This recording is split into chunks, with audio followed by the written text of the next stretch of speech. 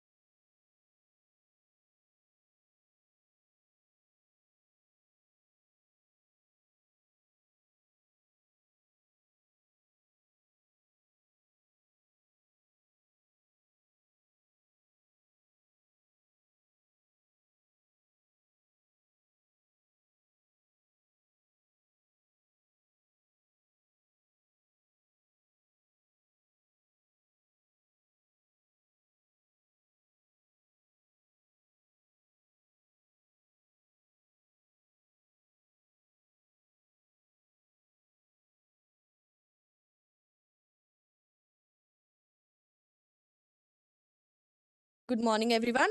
Auditorium basic instructions. Please do not roam within the auditorium while the sessions are going on. Keep your phones on silent and maintain the decorum of the auditorium. We are beginning in 3 to 4 minutes.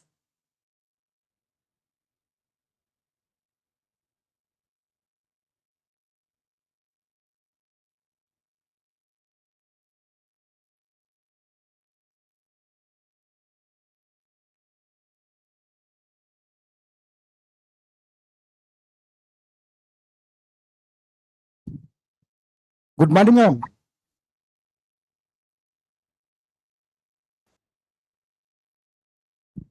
Good morning, ma'am.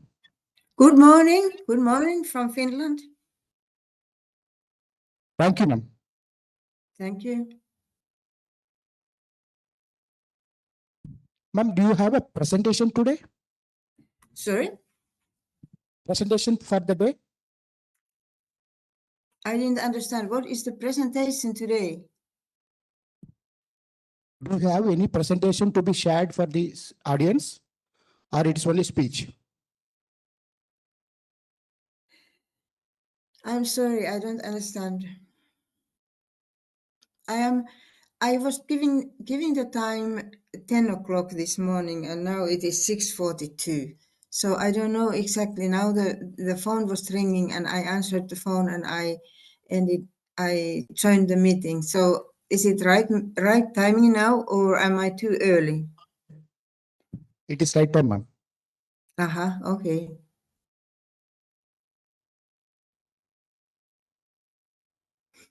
Just a second, I will come back.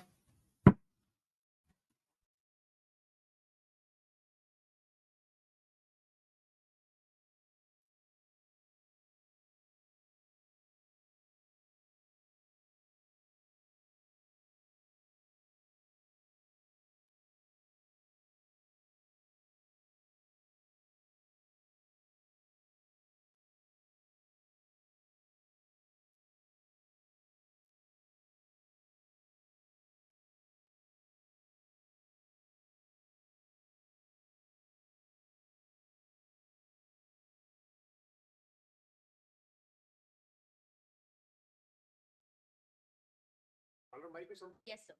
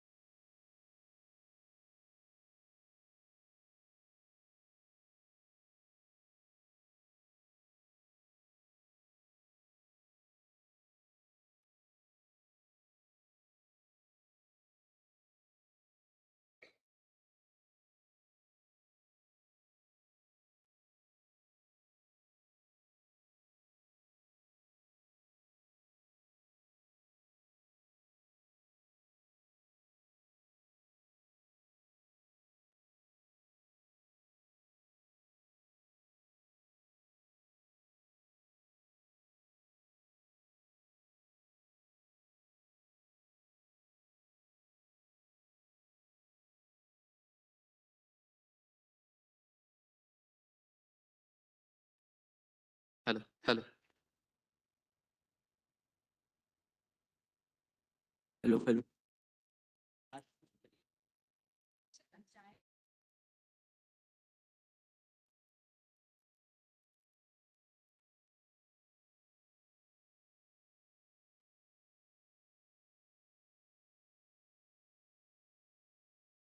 All the students are requested to please settle down.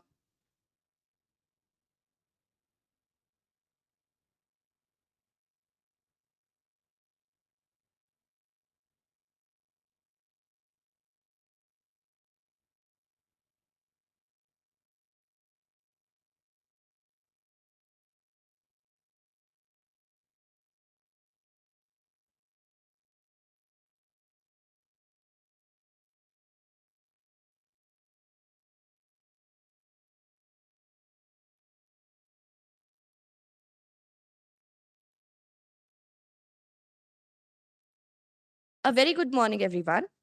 Welcome to the second day of ICHSP 2024.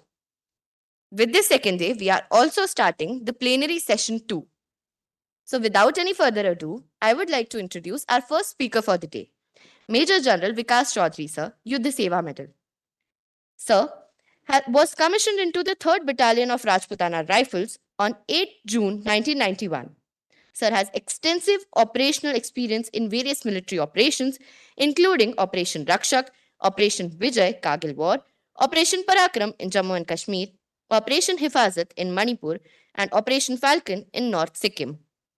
His unique career spans infantry and combat flying operations as an army aviator, commanding the 3rd Battalion in Manipur, Andaman Nicobar Command, and a mountain brigade on the line of actual control in North Sikkim.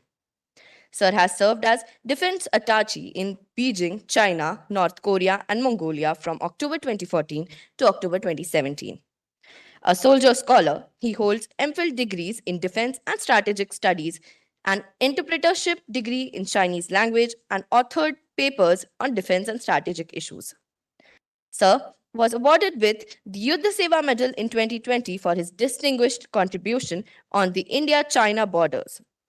He has commendations from the Army Chief of Army Staff and Commander-in-Chief, Andaman and Nicobar Command. Presently, Sir commands the 23 Infantry Division Eastern Command. Please join me in welcoming Major General Vikas Chaudhary, sir, YSM.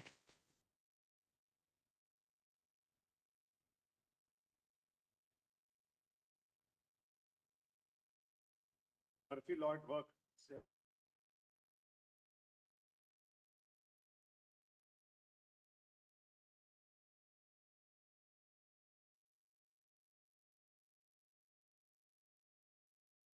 Can you hear me? Can you hear me, please? In the last row, if you can't hear me, raise your hand, please. All right. Thank you for the excellent introduction. I hope I'm half of what has been spoken about today. I'm going to talk about the topic which is given on the viewfoil now, happiness on life's fringes. Now, I'm well aware that I'm in company of some very august people here. There are professors here on happiness. There are other experts who are there online. And I've got a group of young people sitting in front for whom happiness must be coming naturally. So I will not pretend to know everything on the subject. I will give you a practitioner's viewpoint as I see it from my experiences in the Indian Army. So let's just get on with it. Is this working?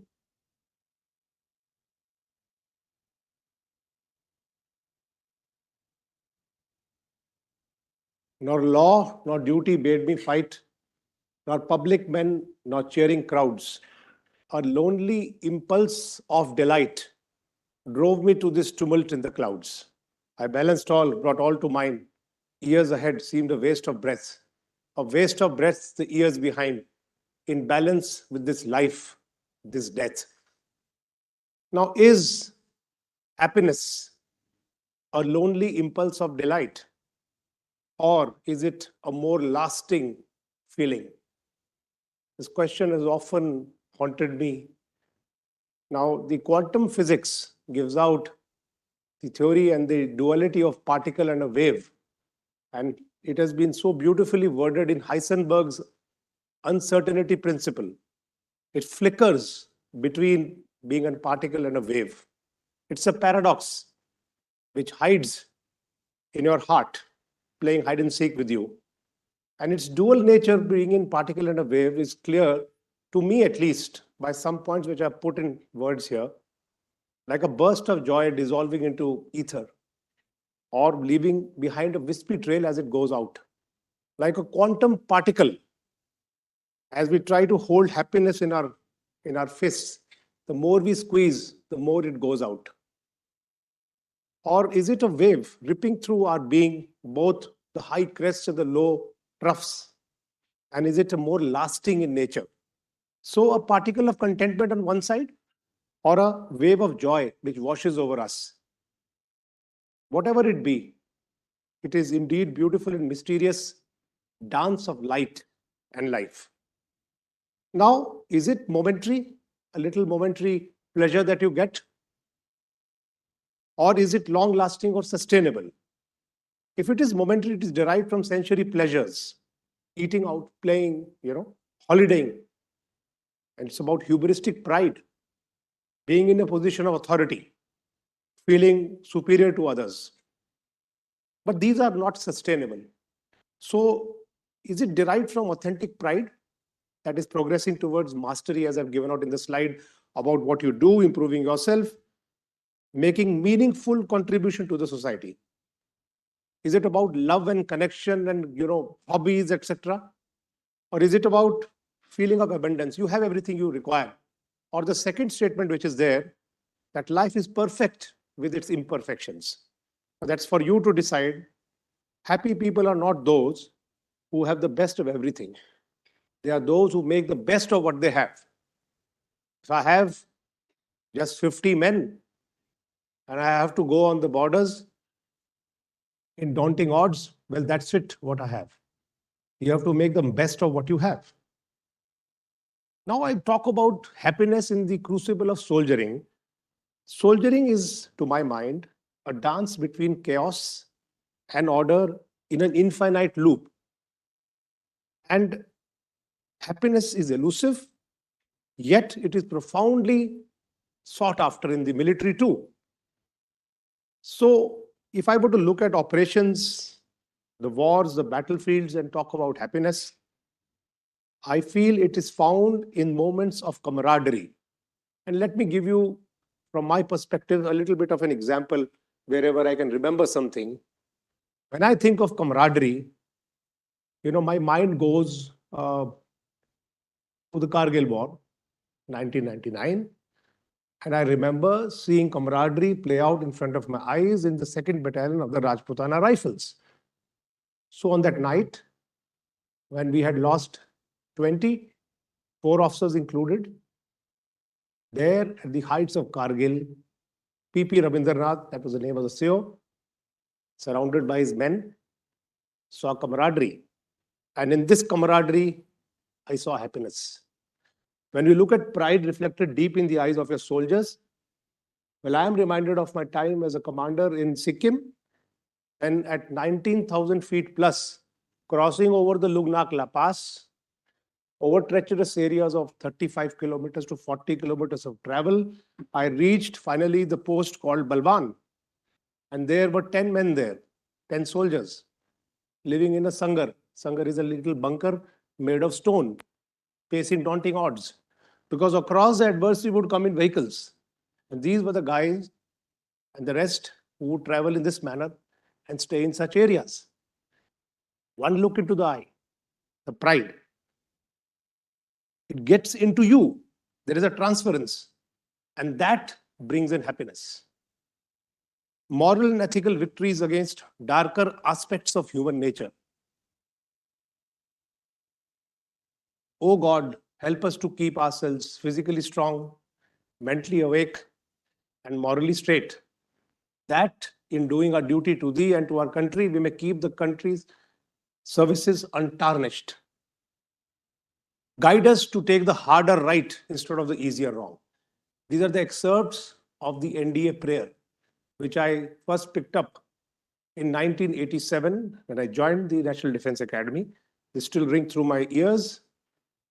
And this harder right is a moral principle. The moral high ground enables, or shall we say, is the essence of being a leader, not just in military domain, in any domain. And when this is practiced on ground, it gives you moral and ethical victories. And this is where I connect the moral and ethics high ground with happiness. It comes in shared experiences. You know, just about 15, 20, in fact, a month back, I had traveled to Udaipur, where my battalion, the 3rd Battalion of the Rajarif, is located today. And we were celebrating the Golden Jubilee celebrations a year or two later, actually late, of the 1971 victory that my battalion achieved on the Western Front. So they had captured the Islamgarh fort, 15, 16 kilometers deep into the Cholistan desert. And that, celebration, I met a galaxy of veterans. Some of them were in the 80s, some were in 90s. And I saw them share their experiences together. In their talk, in their shared experiences, I heard them speak about the victory.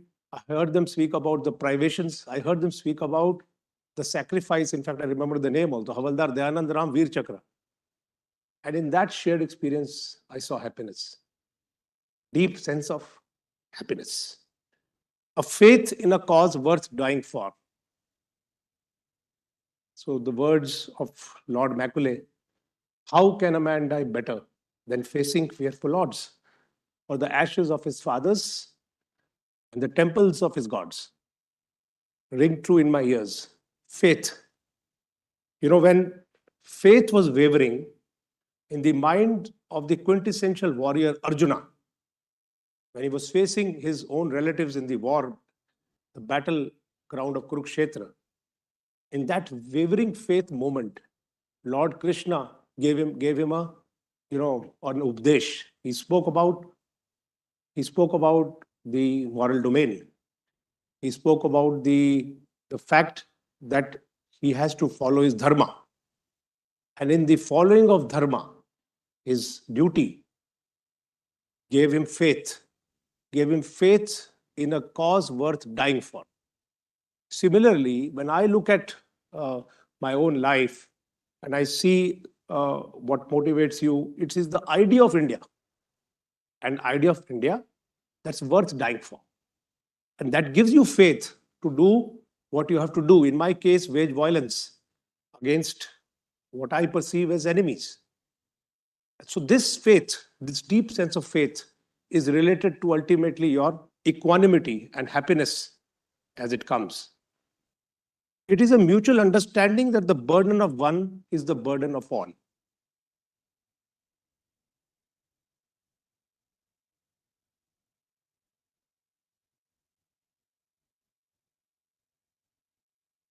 Can we see this screen is blank? I'm sorry for the, yeah. Can somebody click the next slide, please, in that? Yeah, next. Please click the next slide.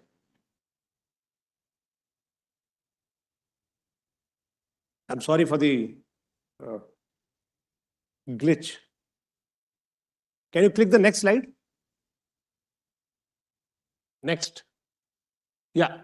So life on the edge generates happiness peaks which cannot be actually imagined in the civilian world. Next. For a soldier, and I'm pretty certain that experts in the subject will agree with me, happiness is not the destination, it is a journey. It is found in small things. It is found with a small tot of rum when you're sharing with your troops. In a child's smile, when you are in operations in counterinsurgency, sitting deep remote in the jungles of Manipur or Nagaland or wherever else you are. It's found in a tattered photograph of a loved one in your pocket or in the pocket of your comrade, in the shards of regimental colors. I can go on and on. Next. Viktor Frankl, wrote a seminal book called Man's Search for Meaning. And I think what he says here has got a lot of meaning. Human beings are unique because they cannot be happy unless their life is meaningful. Without life being meaningful, you simply cannot be happy. And the psychologists, they speak about the flow. It's a common thread which runs through meaningful experiences of people, regardless of the profession that you choose to do. It does three things to you. The flow distorts the perception of time. Time slows down. You start noticing things in minute detail. The lack of self-consciousness. A singer with her eyes closed, when she is singing, she is actually not even aware of the swaying movement she is making. That is what the flow does to you. Intense focus on the present moment. You realize it's not about the destination, it's about the journey. And that's a big thing that flow does to you. So pursuit of happiness is to find flow, which is intrinsic in nature. It comes from within us. It's not something which comes from outside. And it lies in the understanding, as I said earlier, that life is about the journey and not the destination. You know, as Robert Pirsig said in his book, Zen and the Art of Motorcycle Maintenance, sometimes it is better to travel than to arrive. So this brings me to prioritizing positive emotion. Choosing to be happy is not a personality trait. It's actually a outcome of the choices that we consciously make in our lives. And prioritizing positivity actually gives off positive emotions to others too, because happiness is like a perfume that you cannot spray on others without having some drops spill over on you. Positive emotions for happiness are crucial. Those who do not actually prioritize emotions, positive emotions, they chase away happiness. And resilience for it is very important. And resilience comes from things like what I have quoted here, this too shall pass. We are not the first ones. Hope, inspiration, faith, connected, engaged, all these kind of words. Now, another aspect, and I would say the opposite, a counterintuitive argument I want to give you is about sadness, which I personally feel is the barometer. Anger and sadness are indeed very important to us. Because if you suppress sadness, as psychologists will agree, it will diminish our state of contentment. Unhappy feelings are crucial to make sense of our own lives. If you are without sadness, how will you ever know what is the meaning or the importance of being happy? Our sweetest songs are those that tell us of the saddest thoughts, as Percy Bysshe Shelley told us. And, reminds me of the words, I've written them down there to remind me of this beautiful words. है सबसे मधुर वो गीत जिन्हें हम गम के सुर में गाते हैं, जब हद से गुजर जाती है खुशी तो आंसू ही छलकते आते हैं, जब दर्द का अंधेरा छा जाए समझो कि सवेरा दूर नहीं, ये कायनात भी ये बताती है और तारे भी ये हमें सिखलाते हैं, जब है सबसे मधुर वो गीत जिन्हें हम गम के सुर में गाते हैं. Now, happiness as a nation state, I think, is connected to some way, to the Treaty of Westphalia, which was signed in the year 1648, that gave us the modern nation states as they exist today. Because to me, that was the pursuit of the mankind for a state which is happier than what it existed. It's not that Westphalia achieved it, it didn't. But I think that was a big step in the direction where which led to accountability being set for governments and for peoples to how to order our lives. And once, we speak about the World Happiness Report, we have a, August gathering here, and I'm sure yesterday you must have spoken about it. 10 years back, the United Nations General Assembly adopted, I think, 20th March as the day for celebration of World Happiness. This is what is written in the report. Once happiness is accepted as a goal of a government, especially mental health will take priority and does the work of quality family life and community. This is a concept where one of our August speakers sitting in front is a champion of. In fact, he's the one who, I was just told outside, who's the one who set up the first gross national happiness center in Bhutan. Amazing concept. 1972, it came about. They replaced the gross domestic product as a barometer of progress of a country, the metrics on which a country should look itself. A fantastic way of looking at it. Dimensions are there. Then you have the index. I believe there are 33 indices. I was reading about it.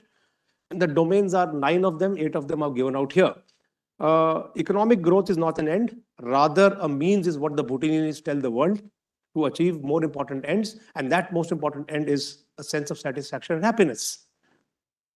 So this fundamental values of kindness, equality, and humanity with a bridge is connected to the economic growth of the country. In fact, we were just talking, a new city is coming up on the concept in South Bhutan now. This brings me to India. So our government, our Prime Minister has given a call for Viksit Bharat. To me, it should be seen as a quest for happiness, not just for development. So this, I want to take you back to the words of Frankl, and that is happiness is connected to a meaningful goal. Viksit Bharat for the youth of India should be a clarion call. And it should be a clarion call by improving financial and social inclusion, governance reforms, ecology protection, sustainable development, enhancing social connect, and steering of India as the Vishwa Guru, as we call it. Viksit Bharat should certainly be a Khushhal Bharat. Happiness in fringes, life's fringes is thus flickering momentarily, as also it is long lasting. It is juxtaposed in two things, innocuous things of life, also meaningful things of life. Best and the most beautiful moments of life, they cannot be seen or touched. They have to be felt by the heart. And I'm quoting Helen Keller here. And of course, Swami Brahmanand has also spoken about it. The world is so connected that if you wish to enjoy its fruits, you must also endure its pain. You cannot have one without the other. To me, in the words of William Blake, to see the world in a grain of sand and heavens in a wildflower, to hold infinity in the palm of my hand and eternity in an hour, is how I see happiness. I finished. If you have any questions, I'm open to them. Thank you.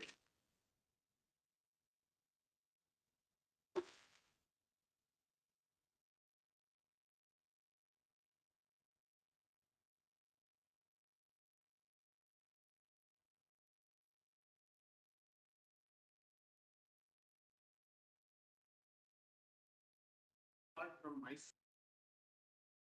faithful part in having the most painful part in your life is not having anyone to share. So as you represent army and Indian National Army, so you will be working in extreme weather conditions. You don't have your family to support, or you are odd working hours and odd climate conditions in in such situations. So whenever you have when you are leading a team, or when you are going for a mission, or when you are fighting with a soldier or something, so physically you are always Indian Army, they are physically fit.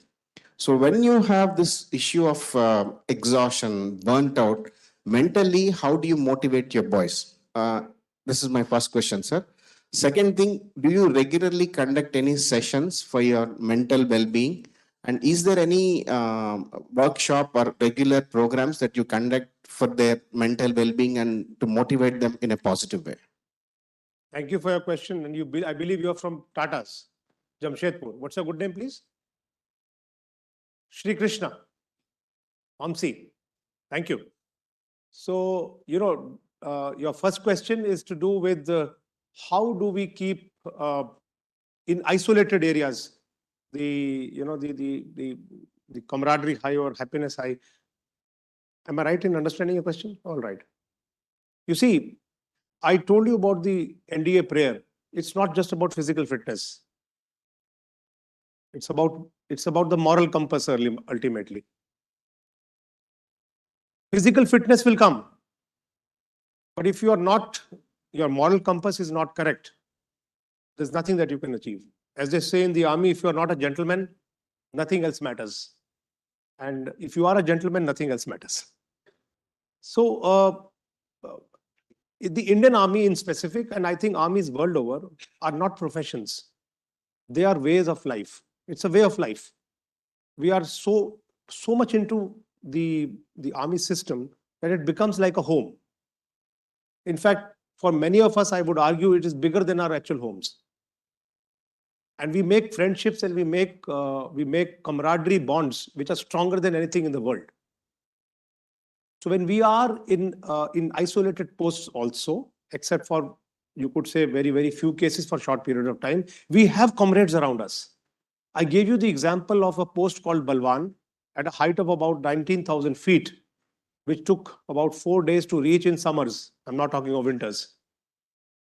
From the nearest roadhead, from where you have to actually climb and traverse and walk. There were 10 men there. So they were a band of 10 brothers. All right. So this camaraderie is what helps you deal with situations of life. As far as the system of, or formal systems of dealing with issues, first of all, let's acknowledge that at the end of the day, we are all human beings. And it is vital for us to share our emotional vulnerabilities.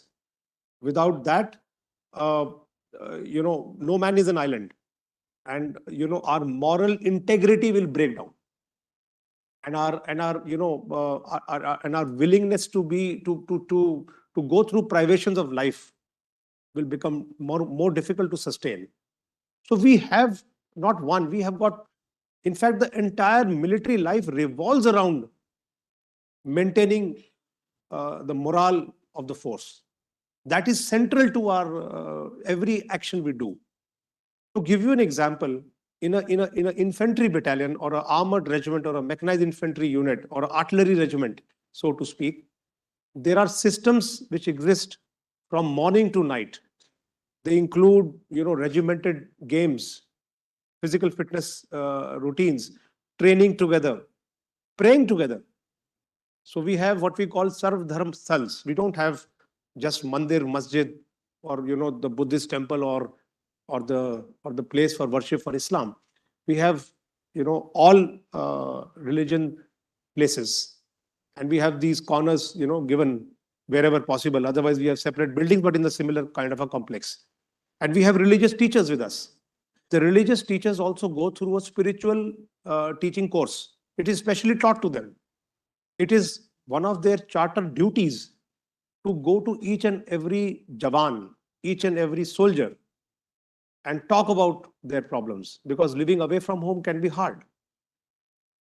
So we have these systems in place. We have what we call bada khanas, when everybody gets together, and those who drink have a tot of rum or whiskey, and then we have dance and celebrations together. It is a regular affair in the Indian Army. We celebrate all festivals with gusto. When it is Holi in my battalion, we just throw up each other in the air.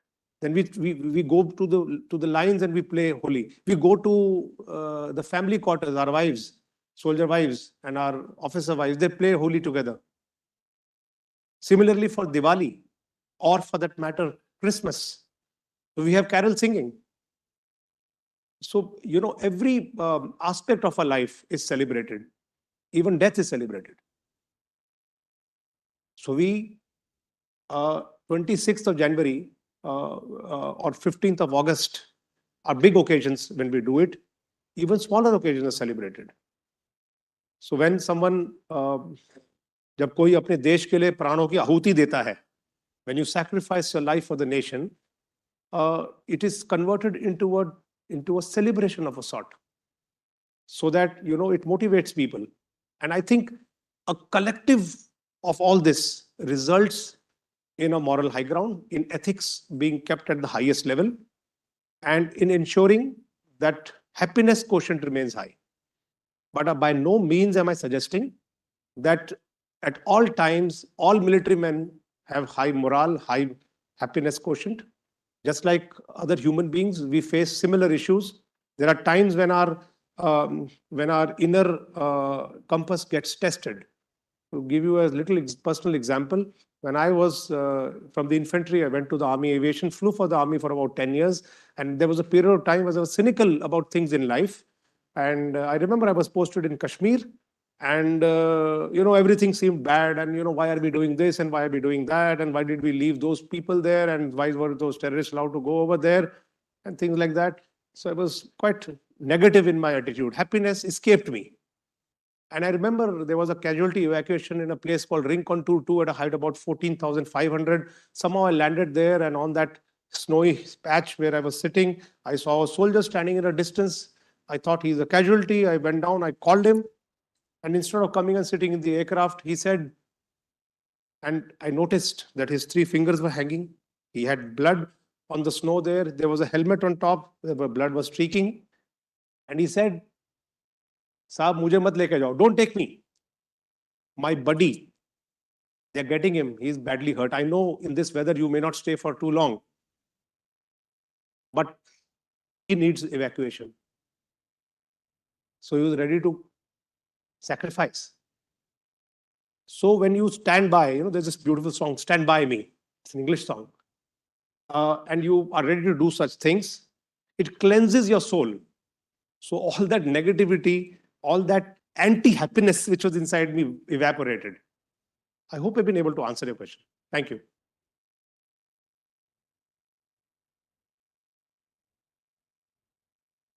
Thank you, sir.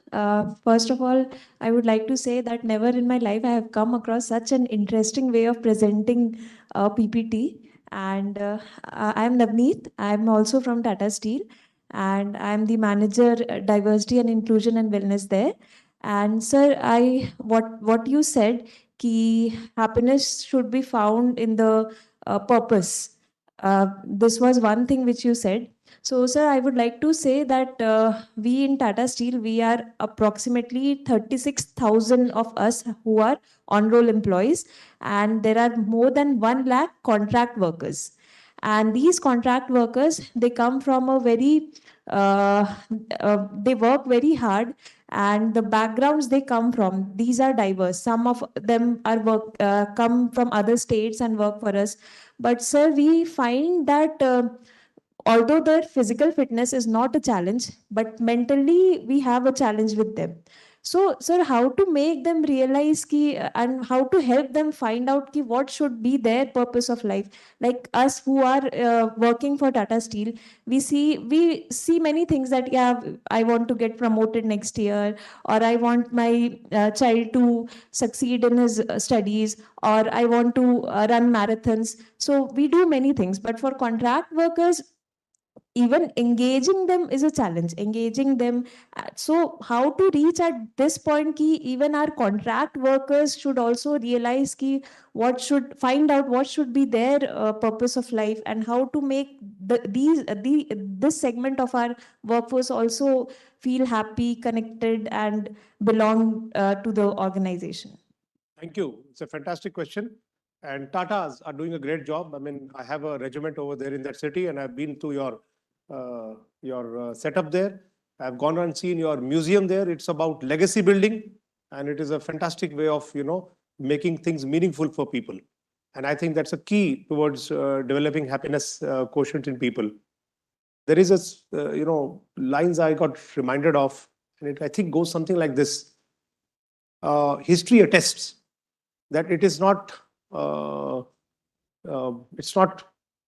hopeless, it's not helplessness, it is hopelessness which decides the issue of war. And here, if I replace war with whatever job you do, I think it will again hold true. So the issue of life and issue of being happy is decided by the feeling of being purposeful or say meaningfulness in life. When you feel hopeless, things disintegrate. And you're talking about the workers that you spoke about. I think I can use another word for it in India. And the word, I think it's called gig workers. It's a term I've been hearing from my daughter. People who are in this unorganized sector, so to speak, and they don't find meaningful goals in front of them, and that affects their moral integrity, so to speak. It affects their happiness quotient. And the only way to deal with it is that wherever there are such industries and there are these big corporates, like in your case, you spoke about Tata. So you do have what the corporate world calls CSR. you also have something called the Sustainable Development Goals, SDGs, if I'm not wrong, little bit of whatever I know about the corporate world. And I think there is already a movement on to incorporate these marginalized people into a system which allows them meaningful contribution. A person who is, वो जिसको हम गांव में बोलते हैं ना, वो जो लेबरर जो ईंट लगा रहा है, वो भी अपने आप को मिस्त्री समझता है. A person who is doing the most menial job feels he is also an important, cog in the wheel of the entire big system which is happening. That is the key to happiness, or shall we say meaningfulness in life. So even if I'm doing जैसे बोलते हैं कोई काम छोटा नहीं है, no work is small. So if I feel that I am contributing towards the bigger game, a driver in ISRO feels the same pride as does a scientist in the Indian Space and Research Organization. And that is why the ISRO is able to produce such fantastic results. Every man is important. In 3 Rajarif in my battalion, the rifleman standing at the, RP gate, giving duty in the night is as important as the adjutant sitting and making plans for operations next day. If we make people important, feel important in the job they are doing, I think, meaningfulness comes. Meaningfulness leads to happiness and other contentment in life. I hope I've been able to answer from a practitioner's perspective. Thank you, sir. Thank you. Yes.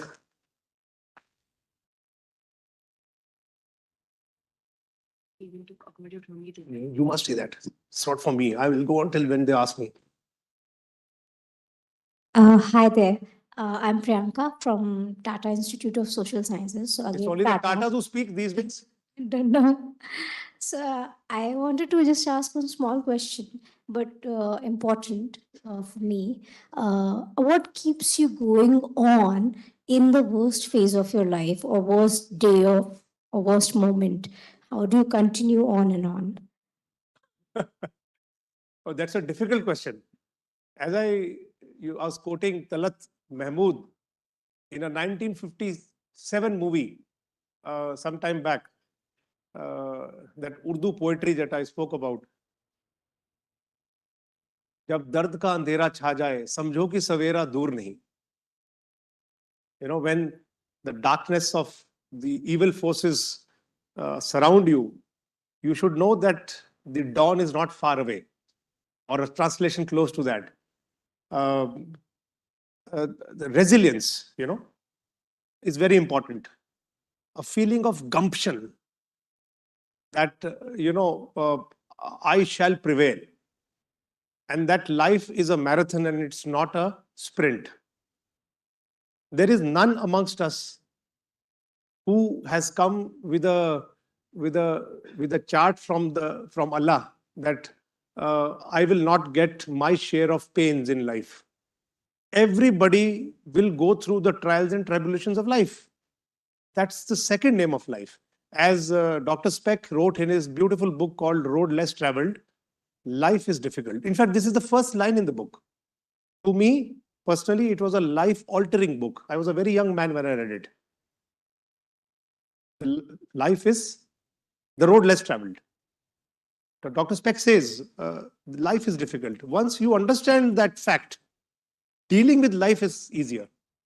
So when you are young at your age, problems may be to do with what is the kind of job I'll get. Will I be happy? Will I be rich? Ke sara sara. Or it could be later in life about will I succeed in what I do? To me, it was very important. Will I be accepted in my battalion? Will I flinch when the first time the bullets fly? Later, it was about will I be looked upon as someone who has contributed? Self-actualization. It's about, will my son be a success? Will my daughter be a success? Will my relationship with my wife remain good? Because let me tell you, that's also a big fight in everybody's life, your personal relations. So the answer, short answer, if I were to give you, is that you have to have a feeling and a gumption that, life is a marathon. It's not a short race, and it will have its ups and downs. I'm sorry, I can't give you a better answer. Thank you. It was lovely speaking to you all. Thank you. Thank you, sir. I would like to mention here, sir, that we have a special cohort of 50 school students, and I'm sure your talk has inspired all of them here. Thank you again. I request Tanushree ma'am to please felicitate sir.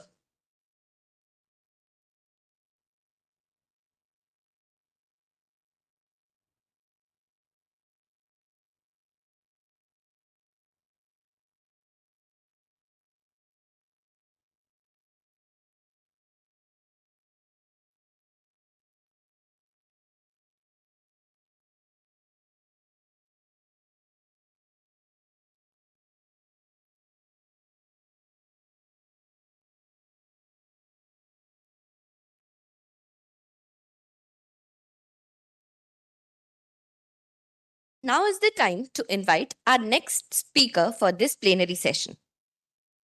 I am talking about Madam Päivi Ahonen. Ma'am is a PhD scholar from Helsinki University of Technology and the project director at FCG Finnish Consulting Group. Originating from Finland, a nation consistently ranking high on the Gross National Happiness Index, Ma'am brings a unique perspective to the theme of cross-cultural happiness and its perspectives. With her wealth of experience, particularly in the context of Finland's commitment to well-being, Ma'am is well equipped to delve into the cultural intricacies that happiness. Her insights promise to enlighten us on the cultural dimensions of happiness, making her a compelling, relevant speaker for today's discussion. I request everyone to please join me in welcoming Madam Päivi Ahonen.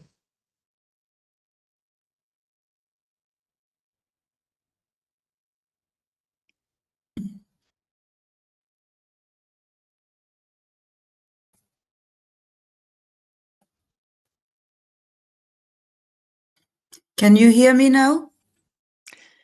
I hardly hear. How can I make this voice higher? Oh, let's see. Can you hear me now? I have no sound. No. Sound is too weak. Yeah. Oh, here, maybe here. Now, can you hear me now? Yeah, you are audible, ma'am. Sorry? Yes, okay. So you can hear me now? No? Yes, So can I start now? yes. Okay. So I am invited here because I have been, let's say, working in different countries in the world, and I have been connected to Bhutan. I have been working in Bhutan also. Of course, this is not connected directly to Bhutan, but this is the background of why I have been invited to this meeting.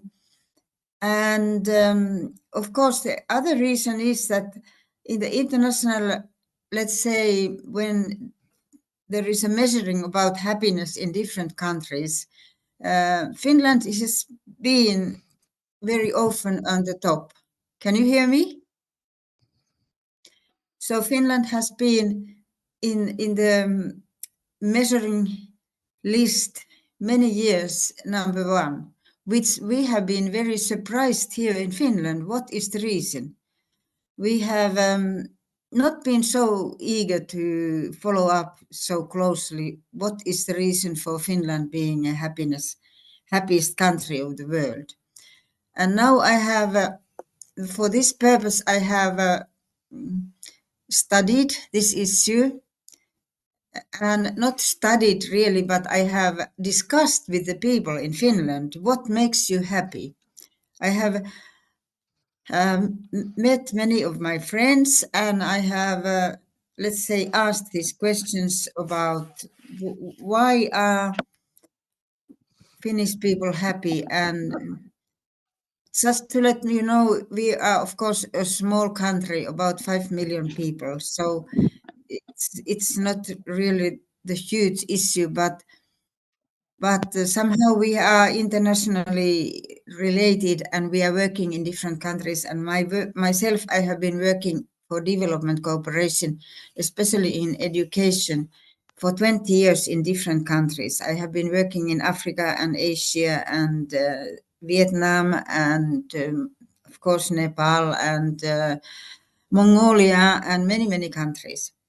But now I will share you the issues which I have prepared for this, let's say, meeting and for this presentation. First, number one, why Finnish people are happy is we are quite secure country. It is simply said security. People feel secure to live. There are no violence, no, let's say, yeah, it's an easy country to live and move around and feel free. So that is one reason. The other reason is we have quite clean air and we have a lot of clean forests. So we can feel safe when we are, let's say, moving, even both in the cities and in the rural areas. We feel feel very good when it's so clean and we don't have to wear the masks and we can breathe and so on. And also even I asked recently in a group of people what makes people happy in Finland, and some people said clean waters and lakes and seas. When we want to enjoy the water and swimming, everything is quite clean. You don't have to be worried, is this a clean place? Or people like swimming, and so that is one reason. Then there are some, let's say, reasons which you maybe don't know very well. What if I call, there is a tradition of people having sauna at least once a week, but most often. And I hope you know what can it be? Maybe it's a difficult word for international discussion. Sauna, it's a place which you heat and then you can stay there and you can enjoy even sometimes it's cold, like these days it's very cold in Finland. So you can go to sauna and enjoy warm forms and heat, and then of course cleanliness. You can clean yourself, and so that is very simple fact to show people are happy to be able to go to sauna. And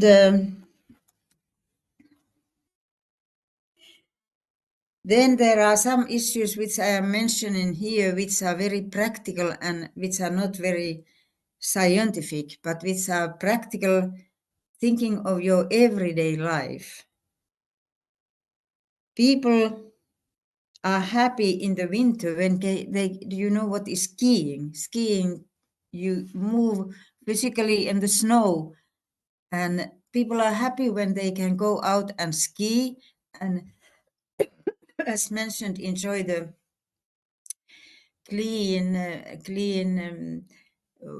air, and also, let's say, have a little bit of a physical exercise, because everyone needs a little bit of physical exercise to feel well, and not just sit inside the whole room and doing nothing. But skiing is one of the good exercises Finnish people like. And then there is one issue you may know, but for this list, 10 issues I even picked up, which is a little bit funny, but still, I hope you know what does it mean when I say use the concept of northern lights, you know. So people are always, let's say, looking for the possibility to see the northern lights. It's a special day and it's a special moment in your life. And of course, you have to, it has to be night to see the northern lights. It has to be dark. So then you can see these very special, beautiful colors in the sky. And everyone who sees them is feeling, oh, I was lucky today. I was lucky today to see the northern lights. Green, often, and so on. And then this is another very practical issue, which I am going to tell next. When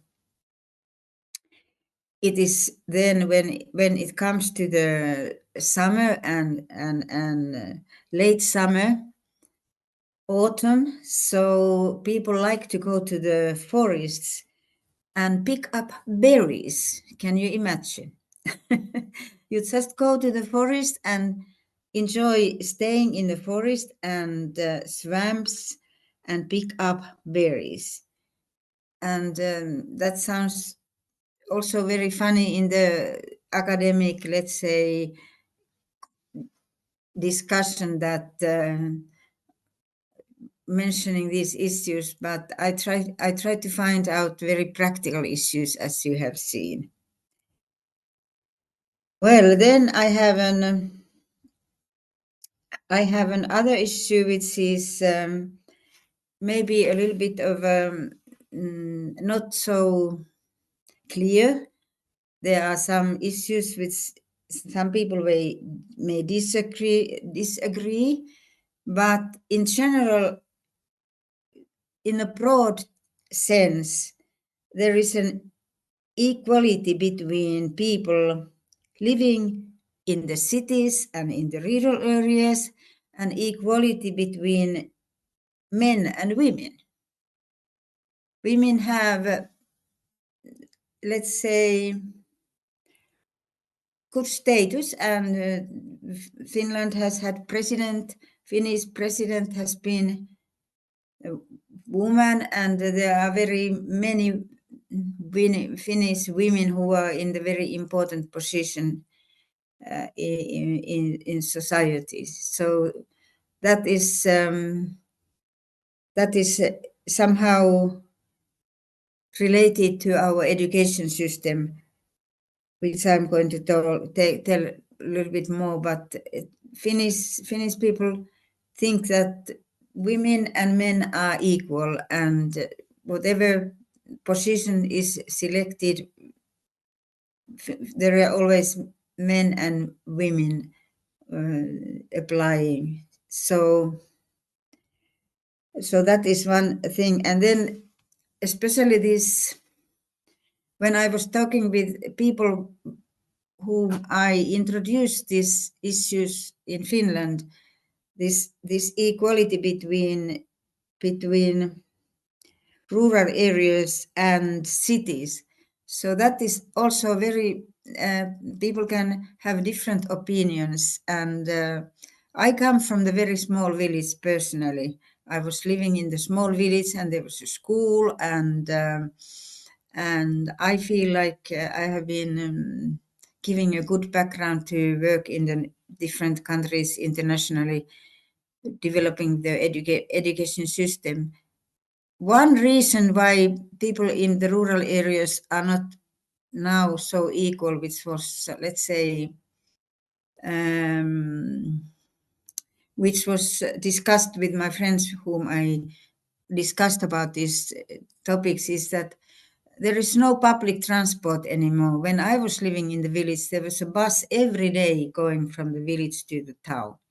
Nowadays, there is no public transport, and if people want to live in the village, enjoy the clean air and enjoy the peacefulness nearby the forest, they have to have their own car. And that's another difficult issue.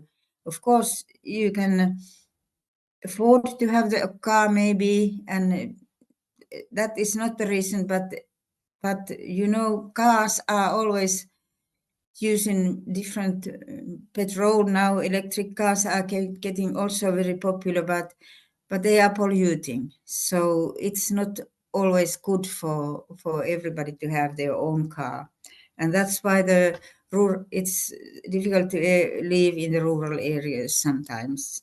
If you have to really start thinking it carefully. And then I have, this is related to education, why people are happy. And one issue in education system is that there is a very good counseling system at schools. Everyone who goes to school, basic education, and starts thinking when at the age of 15 or 14, plan what will be my own career. What shall I do when I am, let's say, finished school?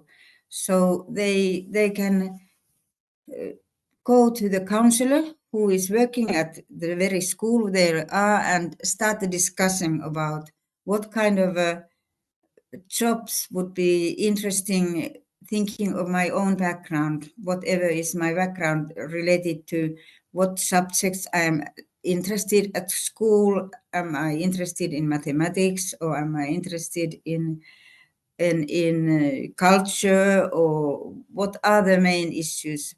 So counseling system is very good, and they, of course, counselors who work at those schools, they give information about different occupations, and they give information to the people, to the students who come to discuss with them.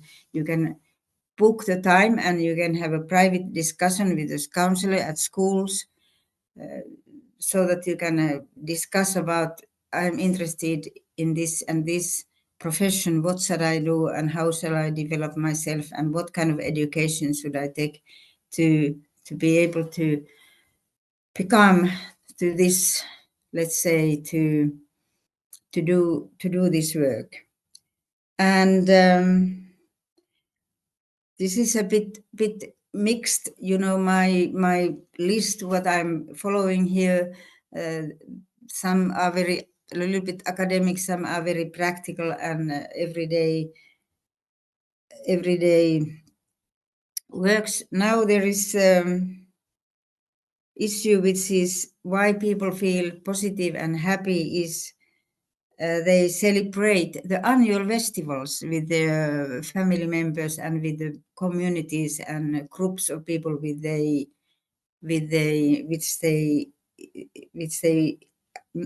usually live. Annual festivals like Christmas, New Year, Midsummer Day, Easter, 1st of May. So it's a kind of a, if you have to do work and you have to do cleaning of the house and everything, then when there is this kind of annual festival, then you can just enjoy and have, let's say, a nice time with the people whom you live, or with the people you come together to enjoy this annual festival. Because there are different ceremonies, of course, and we have just passed the Christmas, and it has been, there is a little bit of holiday time, but there are traditions like most of the families bring a Christmas tree in their house. So they decorate it. They can bring the Christmas tree from the forest nearby, or buy it from the shop where it has been grown or developed, and there are candles in the trees and all. There are so many traditions on Christmas, especially. I think that is the most traditional annual festival. And then the last one in my list is very important, and and that is also related to democracy, and Finland is known as a very democratic country, and I have written here there is a freedom to your own views and freedom to express your opinions. That is important, that you can share your views on different issues, and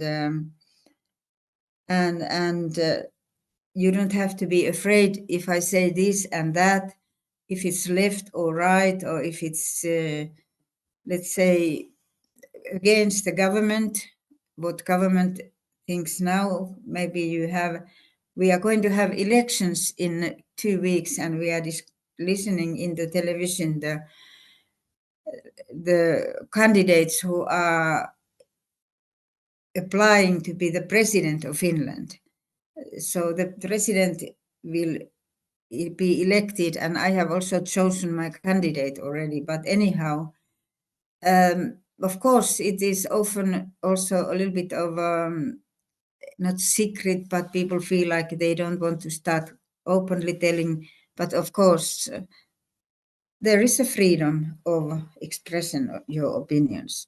So this is what I have planned. And now, if there are any questions, I will do my best to try to answer. Thank you very much.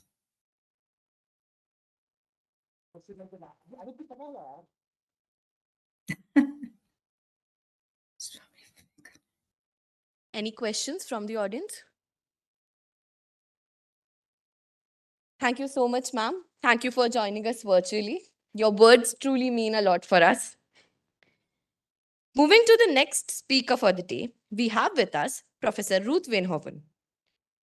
Professor Ruth is a pioneering Dutch sociologist renowned for his scientific contributions to the study of happiness. Based at Erasmus University Rotterdam, his research on social conditions influencing human happiness has sparked a renewed interest in happiness as a global public policy. Sir's work demonstrating happiness as a reliable measure for societal progress influenced the United Nations to adopt happiness measures in development. He is the founding director of the World Database of Happiness and a founding editor of the Journal of Happiness Studies. Described as the godfather of happiness studies, Sir has received multiple awards from the International Society for Quality of Life Studies, recognizing his significant contributions to the field. Today, Sir is gracing us with his words of wisdom on the topic happiness in the Netherlands in a cross-national perspective. Please give a huge round of applause for Sir.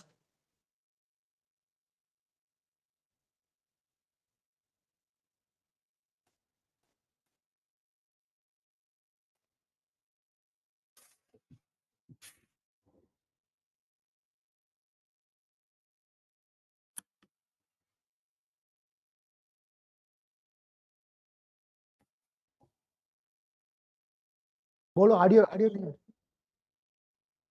No audio sir.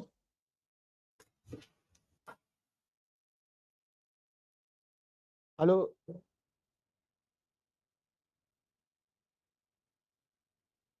Sir, you are not audible to us.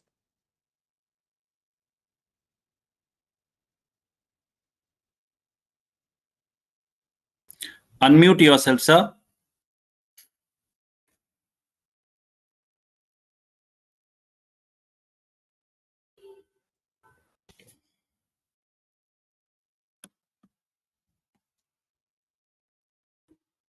Unmute करते हैं तो increase करना है volume को। Sir increase your volume sir.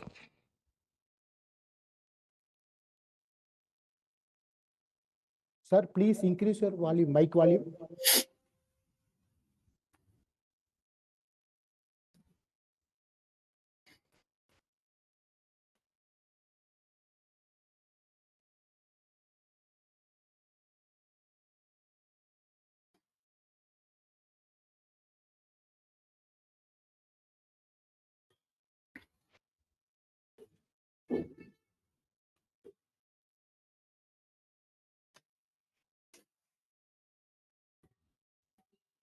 So you can unplug the headphone and try directly through your system.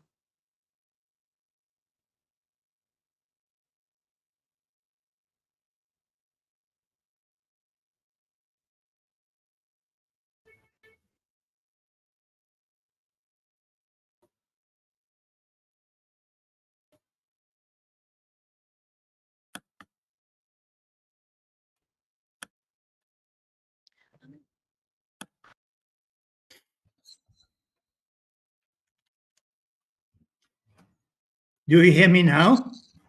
Loud and clear. Yes, sir. Yeah. Okay, then go on.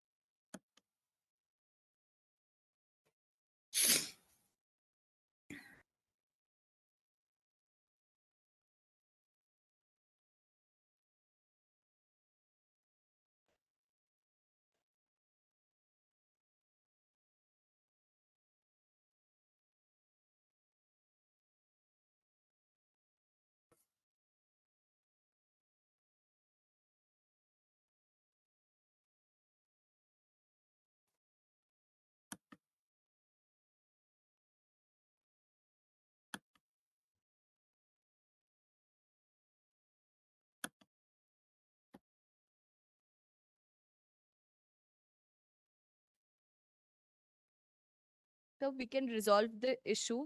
Meanwhile, we can go ahead with the next speaker. Is that fine, Ruth, sir?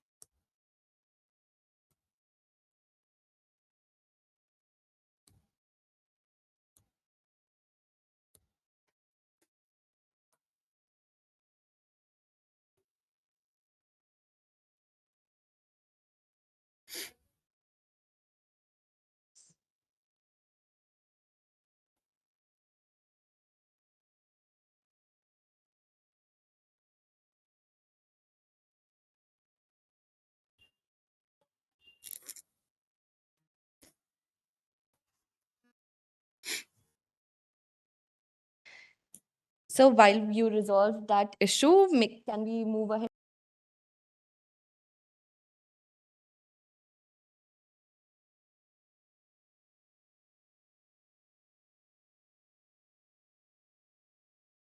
For this session, we have is Mr. Santosh Kumar, sir. Santosh, sir, is a seasoned professional in business transformation at Air India, a distinguished MIT Innovation and Leadership Bootcamp graduate. He is also a cultivator at Happy Tribe. Happy Tribe is a startup at Jharkhand that promotes happiness and builds community. And sir is an accomplished author with books like Dissolve the Box and Next What's In.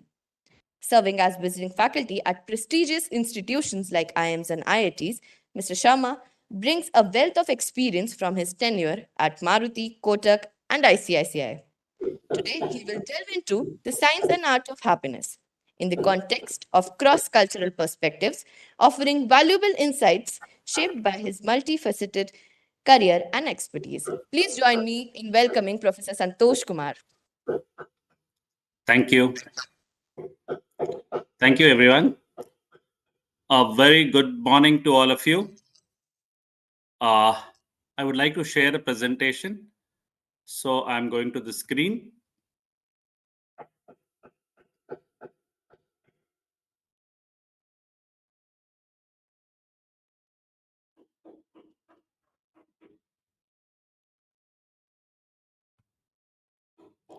Is it visible? It is visible, sir. It's visible, right? So hello, everyone. I'm Santosh, and it's great to be amongst all of you. Born and brought up in Jamshedpur, in the land of the Tatas. And I'm working in the Tata Group as of now, being a part of the transformation team at Air India. So I would like to speak on manufacturing happiness.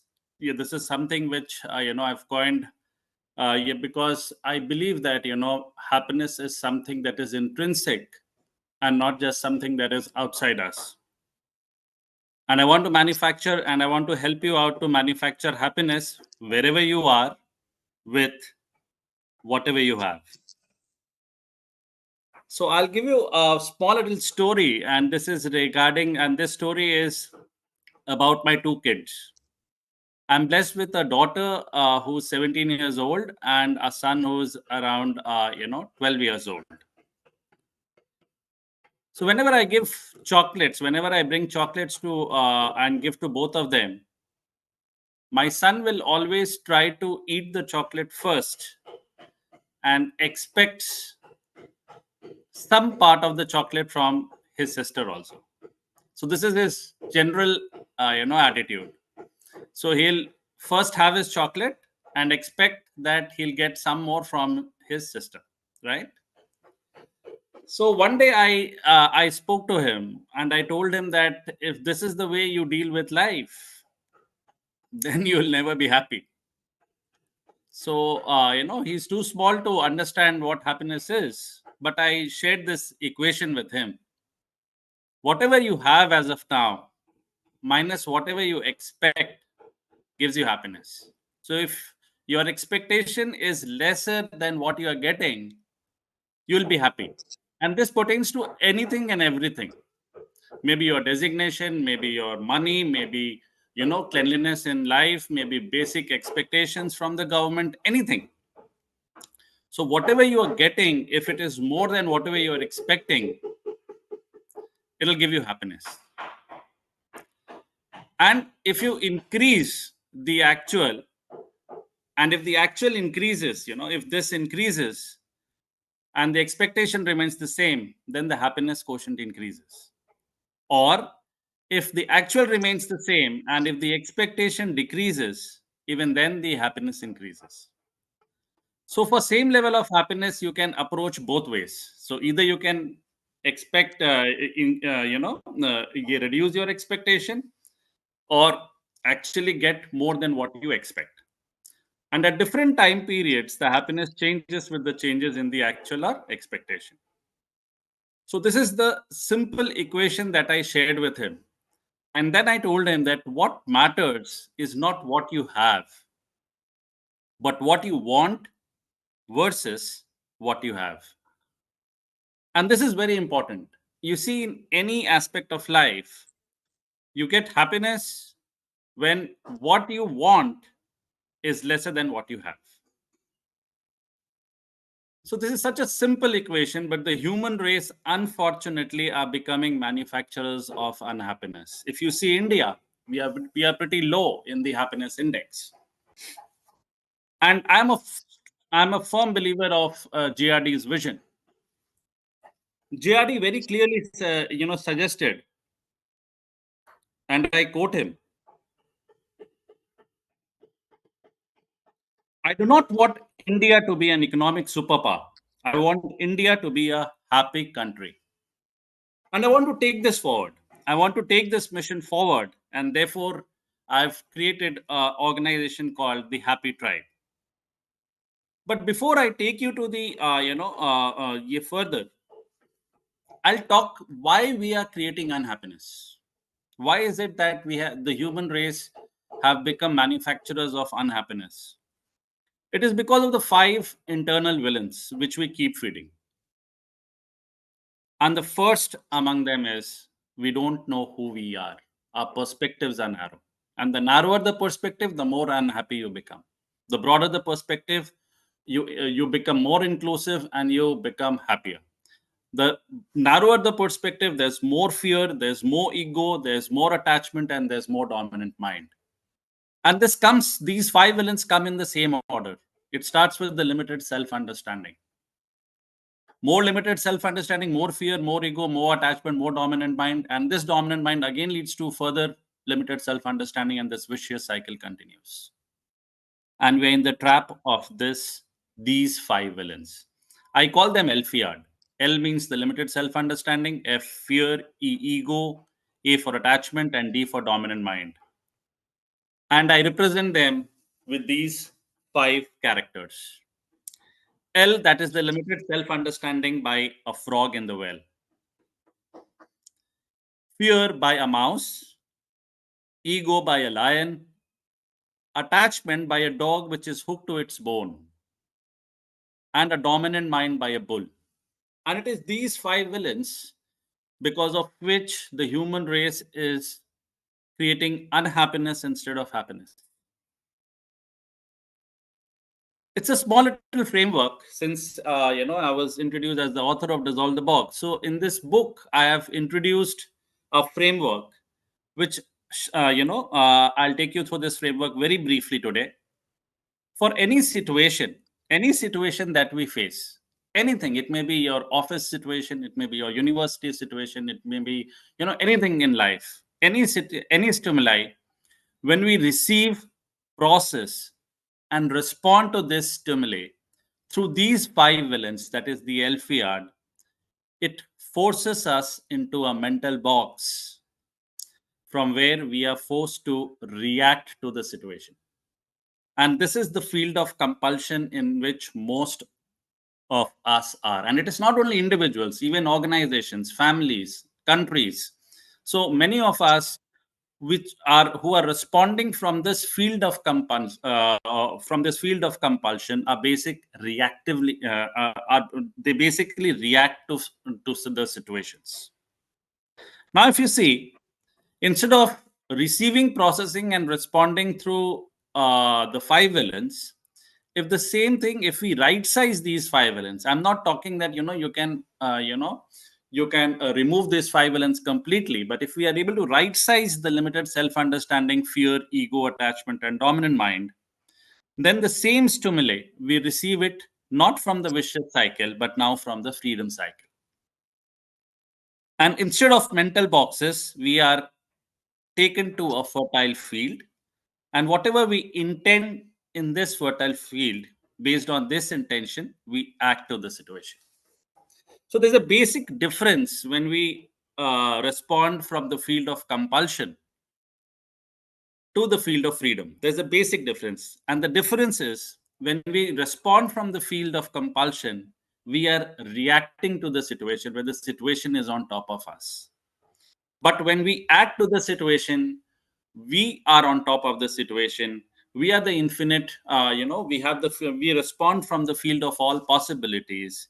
We respond from the field of infinite creativity, and that gives us action instead of reaction. Now, I'll just take you what these villains trigger the different parts of the mind, and they secrete different juices. So if you see any stimuli, ultimately all emotions are basically chemical, juices at the at the level when it hits the body.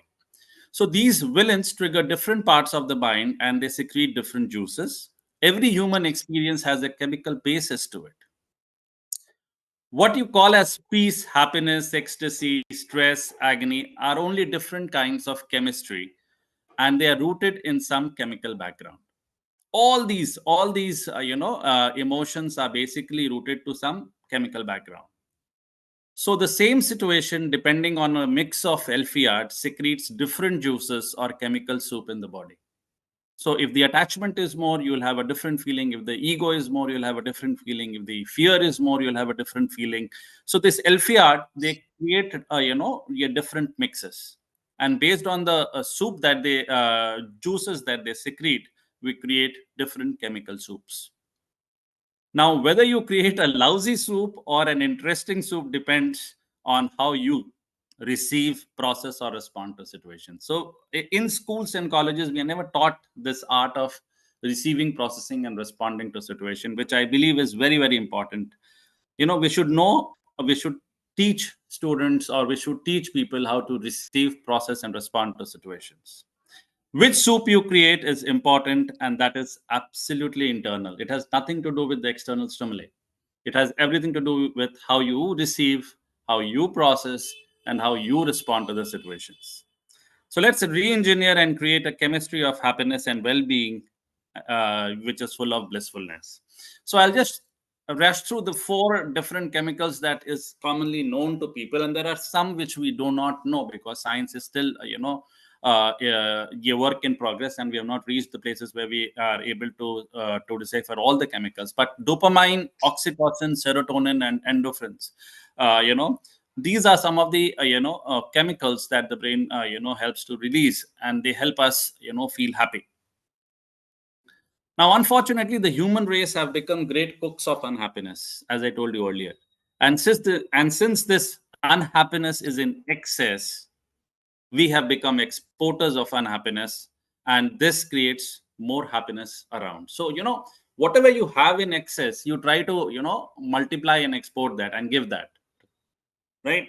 So since we have unhappiness, if I am angry and if I go to office, if I fight with my wife and if I go to office, and if I carry that, that anger, that frustration, then it is very much possible that I export that to some of my colleagues around. So, this is how we are, multiplying unhappiness. This is how we are, multiplying unhappiness, anger, and all these things, all these negative emotions. So instead of being the negative transformer, we should actually be a constructive transformer, and we should ensure that, we don't export this.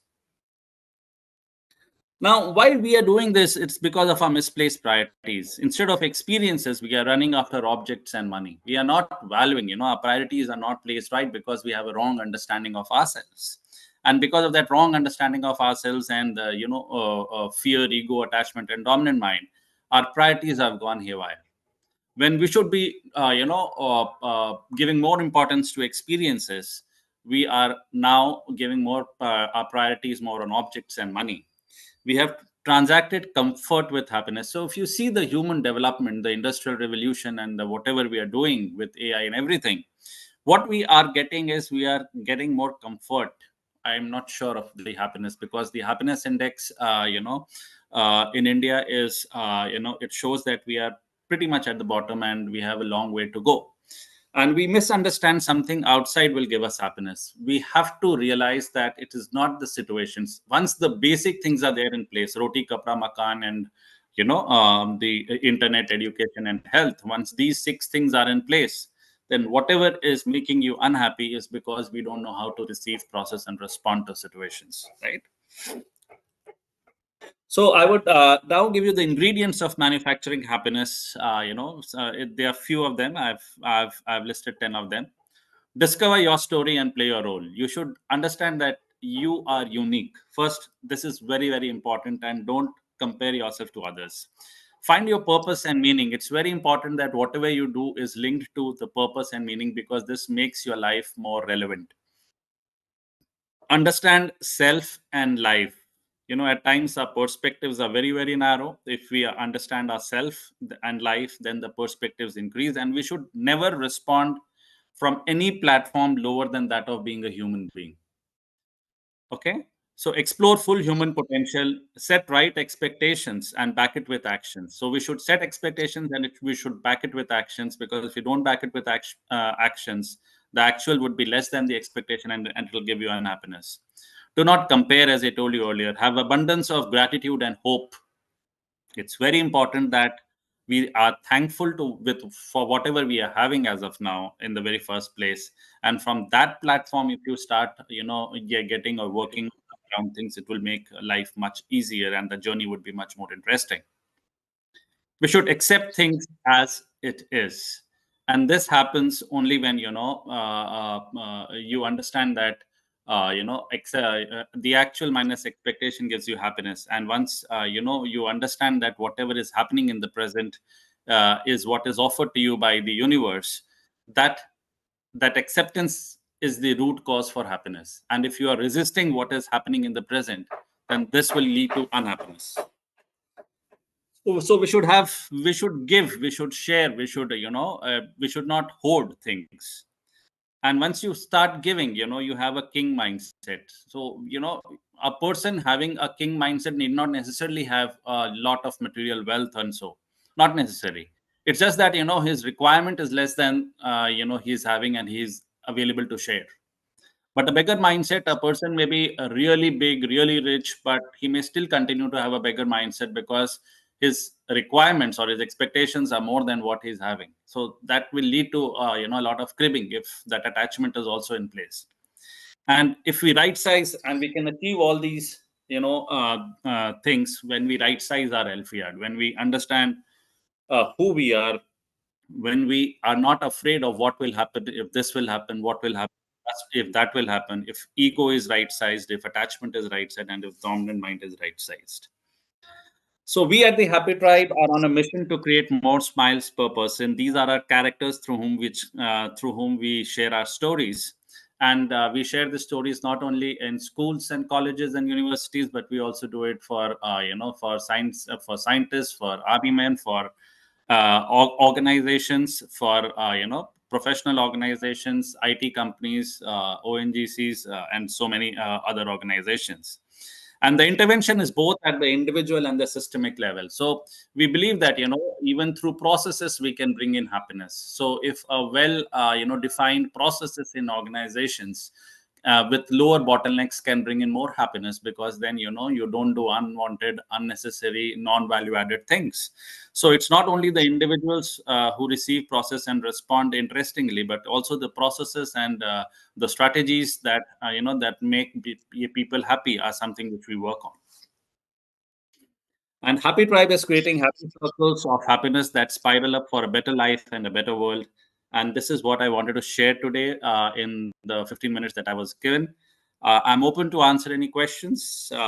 If you have, I would love to answer them.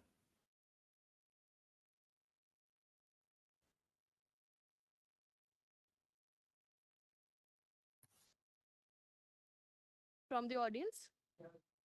Sure.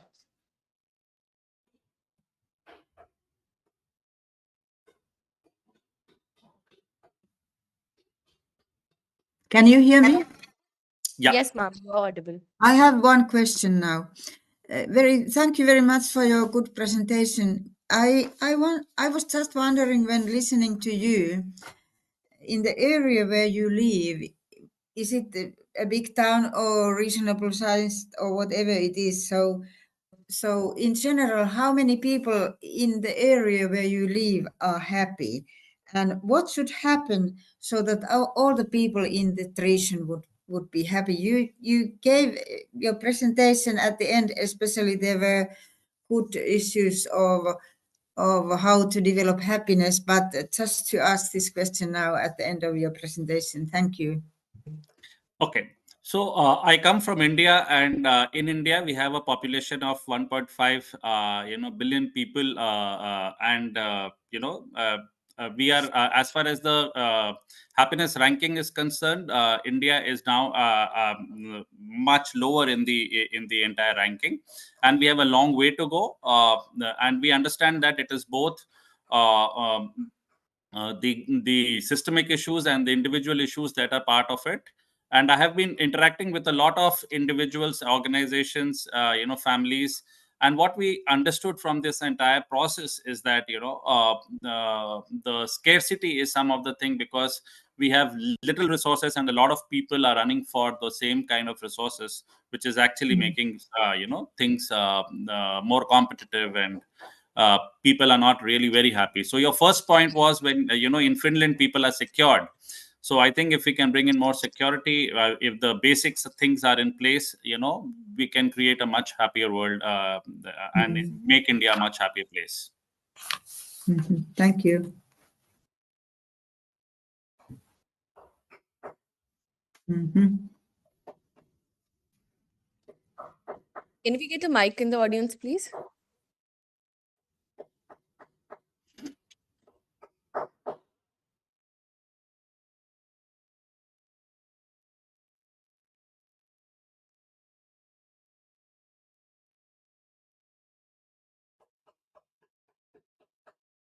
Hello. Thank you very much, Hello. Santosh. Yeah, I think I am from Tata Steel. If I recall that dissolve the box theory, sometimes 10, 15 years back, I heard from you, and that still resonates me, that part. But when Thanks a lot. after 15 years, that still, I am thinking that you told a very correct thing, expectations versus actual. But when we as a corporate, we set the targets and we fail, then, and also we are telling in the corporation, we take a stretch target. If I stretch my targets, that is comes from expectations, then there will be negative always. Then always there will be unhappiness. So how will you define that, sir? That's my point. Okay. And It's a very valid question, and thank you for remembering dissolve the box when we discussed last time. So what happens is, when we respond from the five villains, that is the limited self-understanding, fear, ego, attachment, and dominant mind, we do not express our real self. We are now responding from limited mental cages, and we are not responding from a true potential. So what happens is, if I keep you in a prison, right, and I ask you to run the 100-meter race, and then you are not able to achieve that, and then I ask you to move to the 1,000-meter race, you are still not going to do that. But the moment you come out of the prison and you are able to express yourself, you are able to explore your fullest potential, what will happen is that you will be able to achieve both the 100-meter race and the 1,000-meter race that you are trying to achieve. So now you translate it to the corporate world. What is happening is, once the basis, the limited self understanding, the base or the boxes from which we respond is very, very narrow. So from those boxes, we believe that we will not be able to achieve the goals, because we are not seeing what is possibility. What we are seeing is only what is there inside the boxes, right, inside the limited mental cages. So I would really suggest that once you dissolve the boxes, it will give you more happiness, and it will give you reasons to achieve and explore your full potential. And I tell you, it is being found that when a person is being challenged, adequately challenged, if it is not too high, if the challenge is not too high or not too low, if a person is adequately challenged, then the performance is best. So if the challenge is slightly more than what is required, and you are able to stretch a bit, then you feel very satisfied when you achieve that, because you realize that you have gone beyond yourself and you have achieved more than what you could. So this strategy should be applied in corporates also. So we should identify yeah, and help the person to explore to the full potential first, and then set a target that is slightly above it, so that once the person achieves it, he has a sense of satisfaction and accomplishment. So I hope this answers your question. Yeah, thank you. Thank you, sir.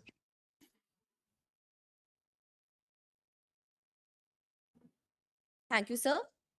Thank you very much for joining us and for enlightening all our audiences here.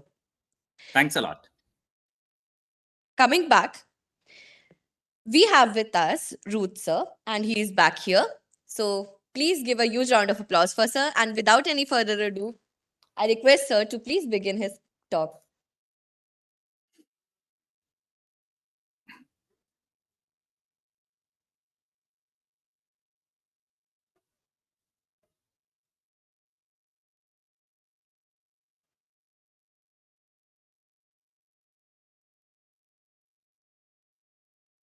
No sound, sir.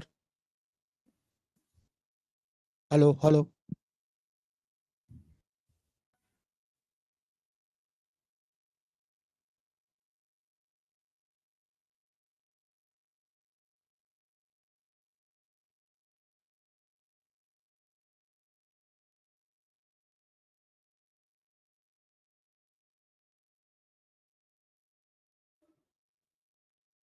Sir, you are not audible. Sir, please remove your headphone and speak directly to the laptop.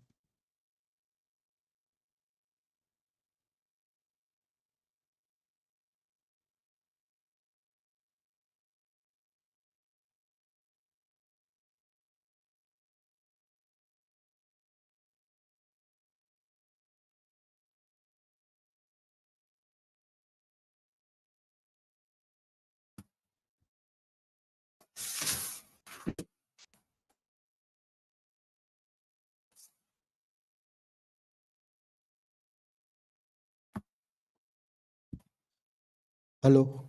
We are unable to hear you properly.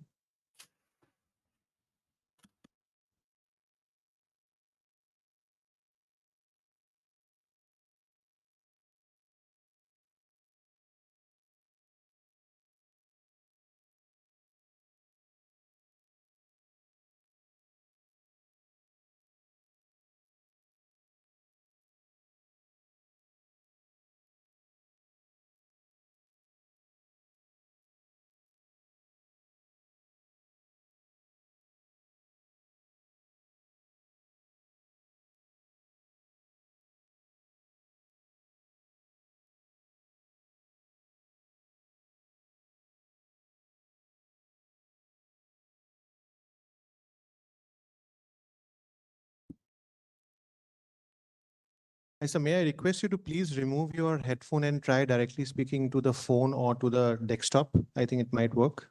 Just try it once, take out the jack, audio jack, and then still we are not able to hear you, sir. Just remove the audio jack from your laptop or desktop. The jack for your headphone, if you can remove that, I think it will directly connect. Still we are not able to hear you, sir.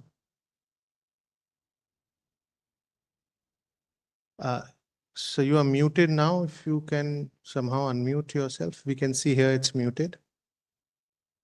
Yes, sir, we can hear you now. Again, it is muted, sir. Again, it's muted.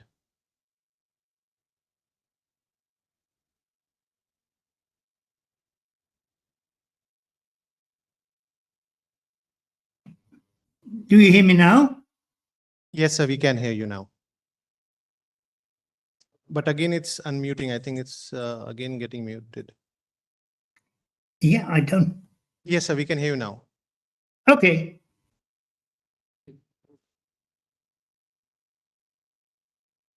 I think, sir, there is this auto mute happening.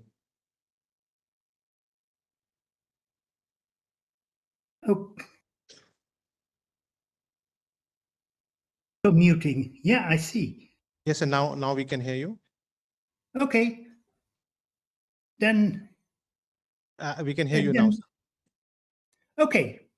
Well, let's then move to the next slide. You have the slides. Yes. Okay, well, we're talking about happiness. And then the first question is, what happiness do we address precisely? And once we have established what happiness is, we can assess the difference in happiness across nations. And well, we will see there are large differences. And the last question is why these differences exist. So now up to the first question. What happiness? Next slide, please. Oh, next slide. Yes. No, next slide. Next slide, please. Yes. Well, there has been a lot of talk about happiness in this conference, and the word happiness has different meanings. And in this scheme, you see an overview of all these meanings. In the most broadest sense, happiness means a good life. But if you think about what is good in life, then we have, well, at least 4 variants. And you can, well, sort these variants using this scheme with horizontally a difference between chances for a good life, the middle row, and the bottom row, the outcomes of life. And there are chances in your environment, that is vertically, external, and there are chances in yourself. Well, if we speak about quality of life, good chances in your environment, that is the livability of your environment. And say the most livable environment you can think of, that's heaven, and the least livable environment is hell. And then we are speaking about external conditions. But there are also internal chances for a good life. And that is what I call life ability.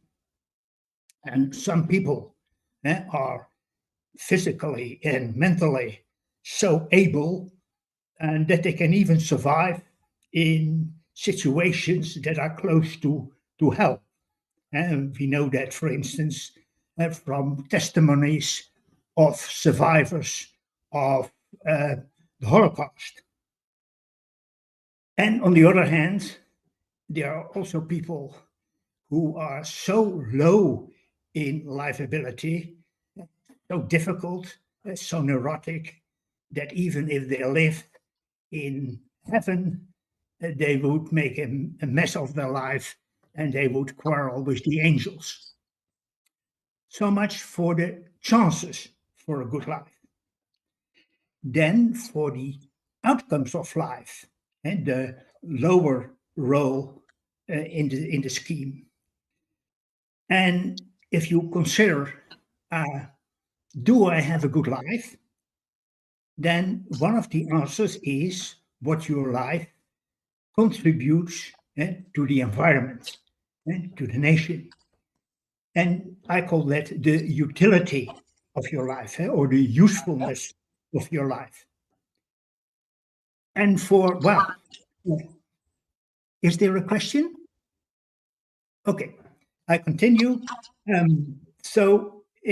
For academics like me, the usefulness of my life, well, materializes in the number of books I read. And so the higher the pile of books, the more useful my life. But that illustrates that a useful life is not necessarily a satisfying life. Because if you spend your life all over the years writing books, that is useful but not very satisfying. Well, when I speak about happiness, then I speak about happiness in the sense of satisfaction. That's why it's underlined. Which begs the next question, what precisely is satisfaction? Next slide, please. And again, in the case of satisfaction, there are again four kinds. There is horizontally, there is satisfaction with parts of life and with life as a whole. And vertically, there is passing satisfaction and enduring satisfaction. Next slide, please. And passing, partial satisfaction, that's what we call pleasure. And if I go back to the presentation on Finland, I heard a lot of pleasure. Swimming in clean water and in the sauna, these are sensoric pleasures. And there's also, of course, intellectual pleasures, such as the great poems I heard in these presentations. If I move to the right, enduring partial satisfactions, that's what we call domain satisfactions. That is satisfaction with your family, satisfaction with the place you live, and satisfaction with your study. But these are partial satisfactions and not satisfaction with life as a whole. And then I go down in the right bottom corner. And that satisfaction with life as a whole is not the same as peak experience. And in the presentation of the military, of the moments of camaraderie after having a fight, I think that is a peak experience, but that typically is passing. And what I think is the most important to strive for as a country, but also in your personal life, is satisfaction with life as a whole. So when I speak about happiness, it is about happiness in the sense of life satisfaction. Well, and that is something we can measure. Next slide, please. You can measure life satisfaction just by asking people a question like this one. Taking all together, how satisfied or dissatisfied would you say you are with your life as a whole these days? And if you're very dissatisfied, you say 1. And if you're fully satisfied, you say 10. This is a very simple question, and it appears that people are quite able to answer that question. And for that reason, this question has been used millions of times in survey studies all over the world. And on the basis of these studies, I can now show you how happiness differs across countries. Next slide, please. Well, if you do a survey study, that is, you take a representative sample of the public in a country, typically 2,000 randomly selected people, and you ask them, taking all together, how satisfied are you with your life these days? And then this is what you see for differences. The highest score on this question, the highest average answer was observed in Denmark with 8.3, and the lowest in Zimbabwe, 3.0. And you see in this row, India is neatly in between. Well, this is just some examples from a much wider collection of happiness in nations, to which you see a link at the bottom of this slide. Please click that link.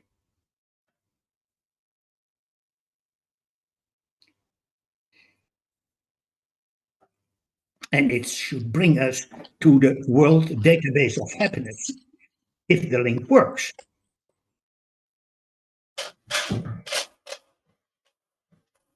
It seems that the link does not work.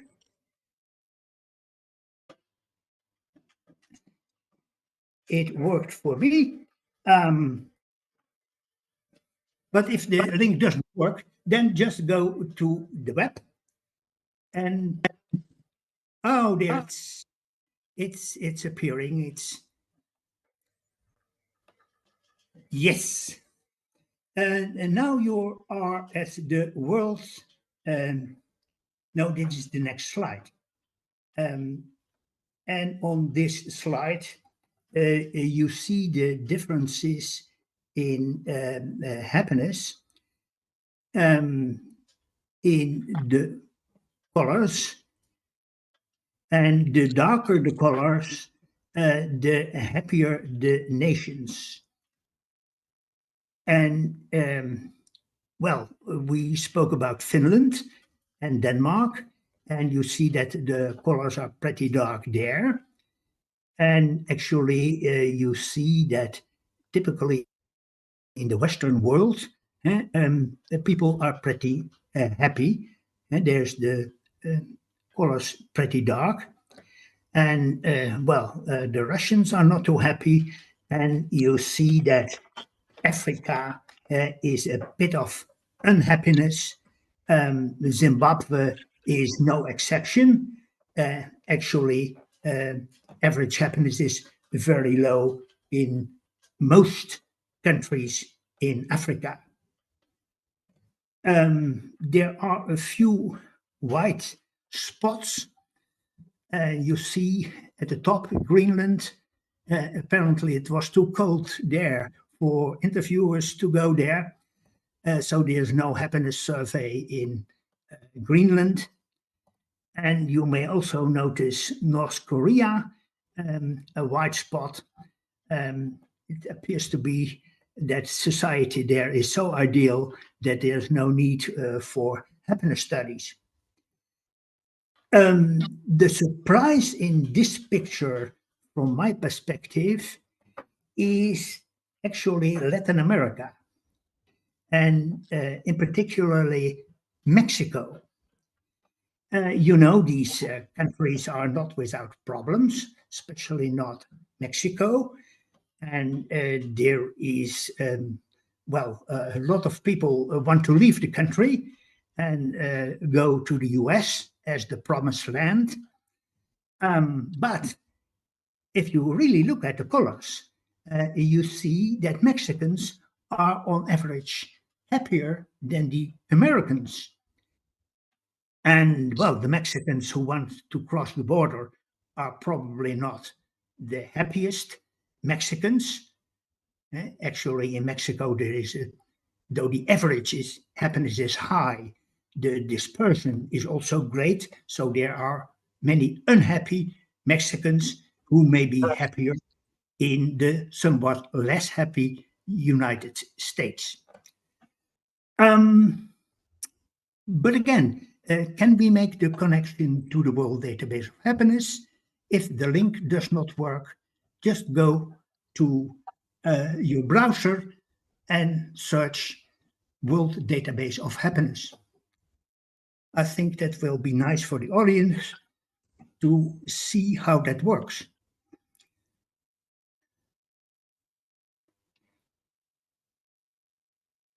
Are we on the, yes. Are we on the, yeah, I see. Well, then click India. Click, then we should, yes. And here you see a time graph of happiness in India. And actually, if you look at the left side of the picture, it was, I think, in the 1960s.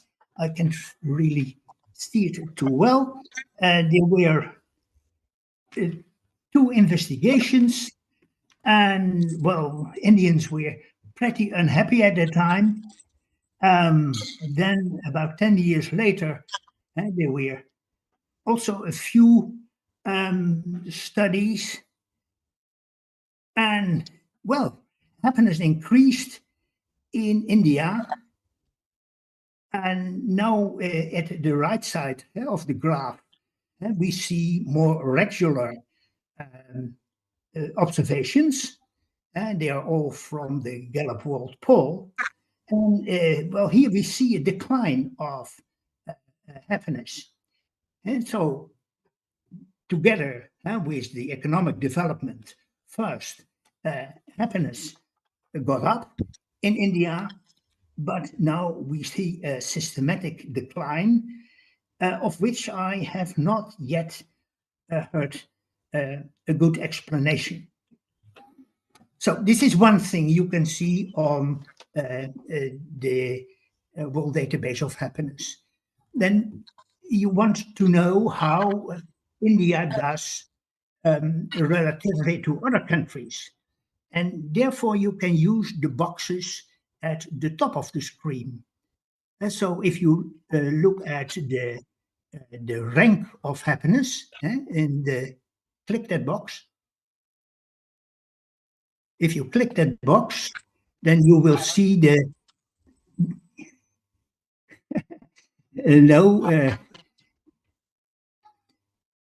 if you click the box on the top of the screen, the left box top of the screen, and then you see this India with the score of 6.1 over the last 10 years and is on place 85. And well, here you can download the whole list of average happiness in the world. Yeah, here you see it. And so here you can compare. Okay, we go back. And there's more what you can see about happiness in India on this on the website. Please go to the top. Scroll up.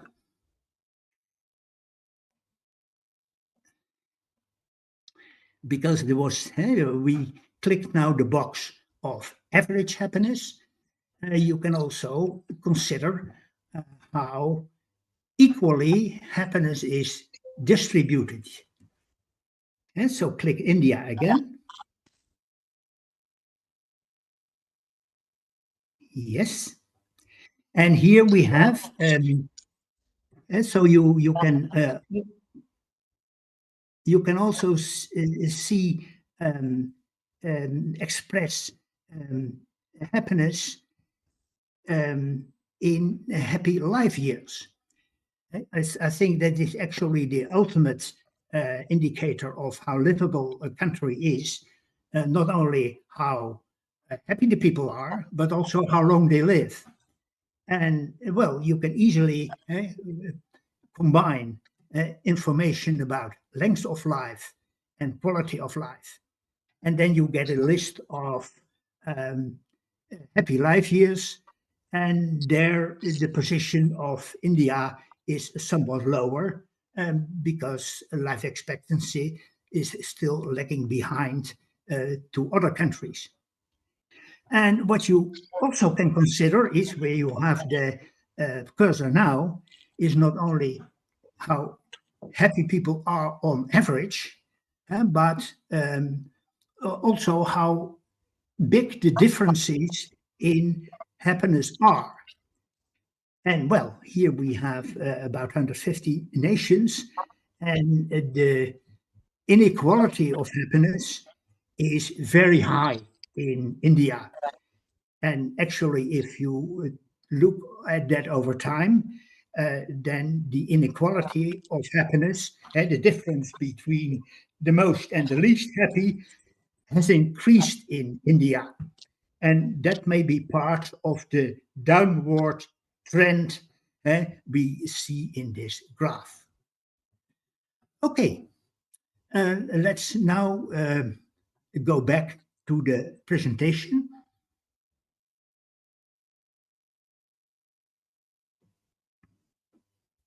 Yes. And now the question, there are huge differences in happiness around the world. And why is that? And that brings us to the question, yeah, how do we assess how happy we are? How do we know that? We know there is a chemical process, but what does go on in the conscious mind? And then in assessing how happy we are, we draw on two sources of information.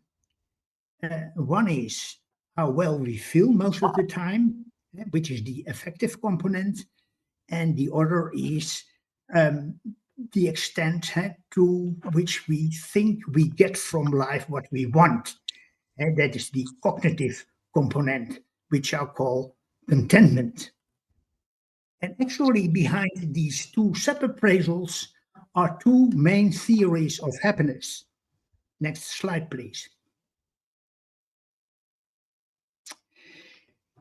The most popular idea about how we assess how happy we are is at the right side of this scheme. And then people think, well, why am I happy? Well, what do I want in life? Well, I want to finish my study. I want to have a family. I want to have a good job. Yes. And do I have that? That is cognitive comparison. Yeah, but why do I want to have a university degree? Well, that is a standard, and that is a local standard, and that's typically a standard of this time and of developed nations.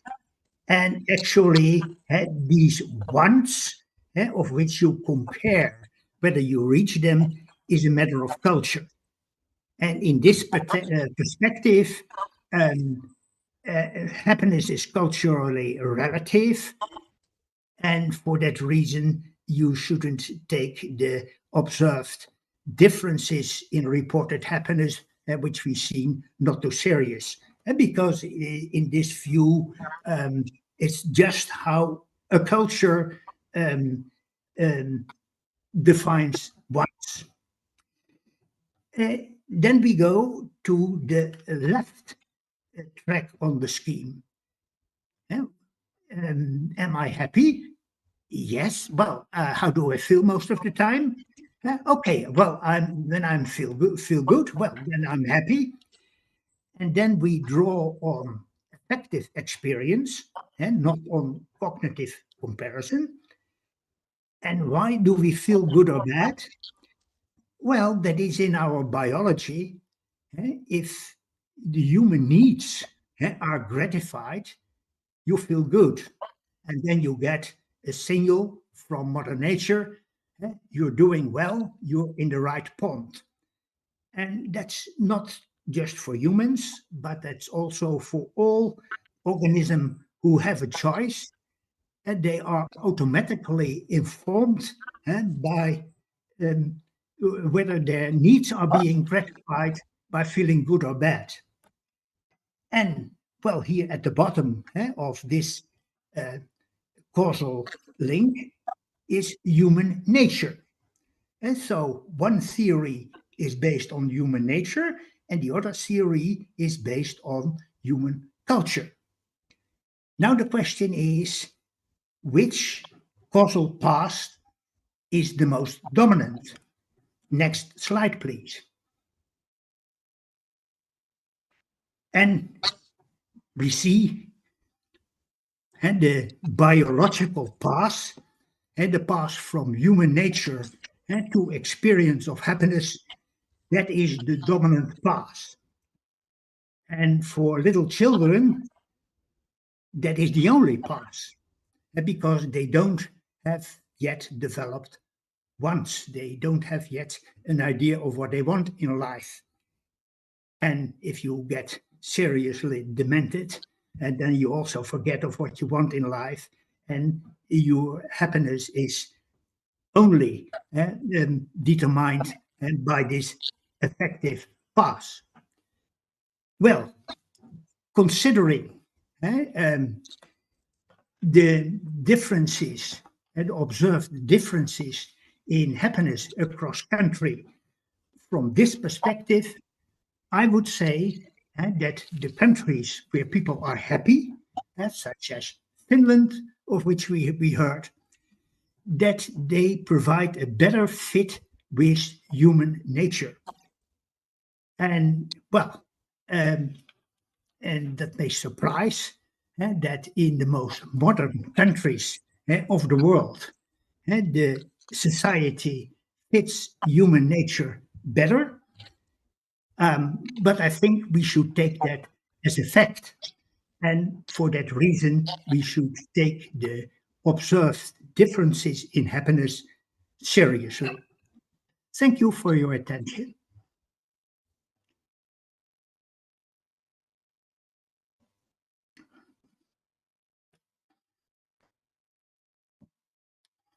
Thank you, sir. And thank you to all our speakers who have joined us virtually and here offline also. I request the guests, you can proceed for the quick tea break. Thank you.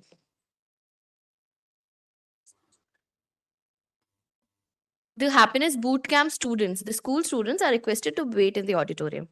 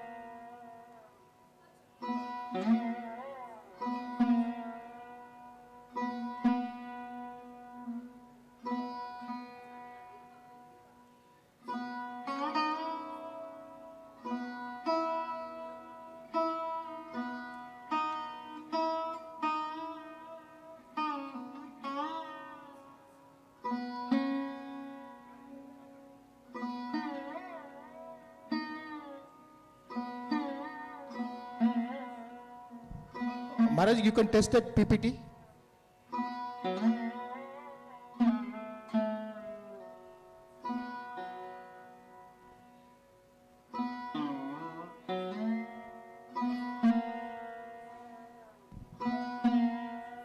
Okay.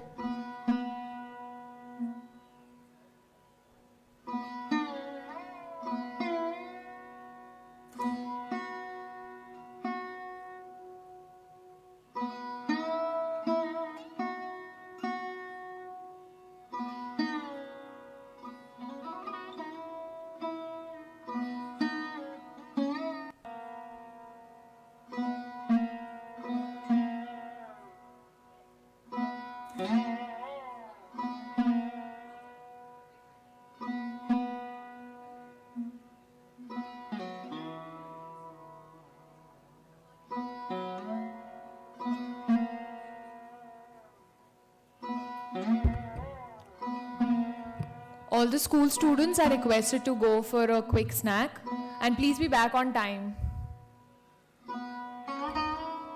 Ma'am, we are running a little late. Because of the time crunch, we can just give a small break.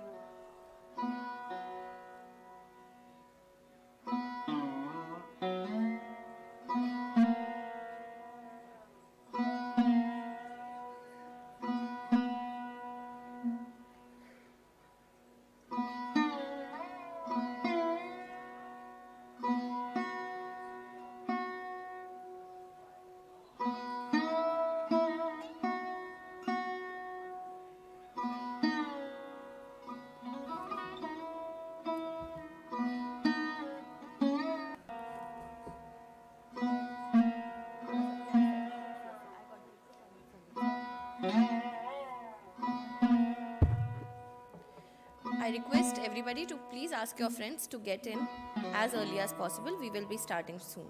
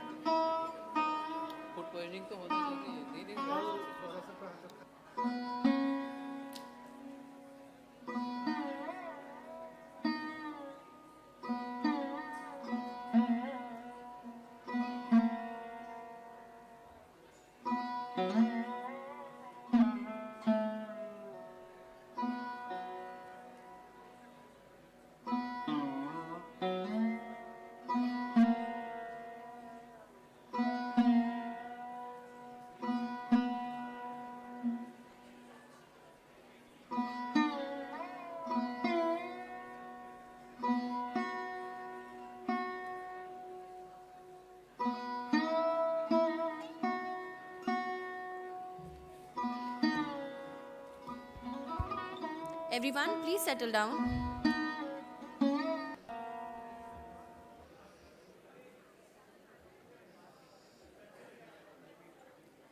Please settle down.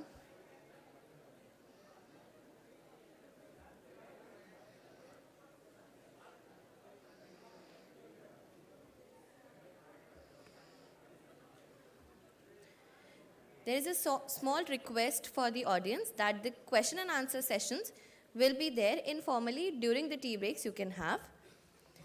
Right now, you can only enjoy listening. Thank you.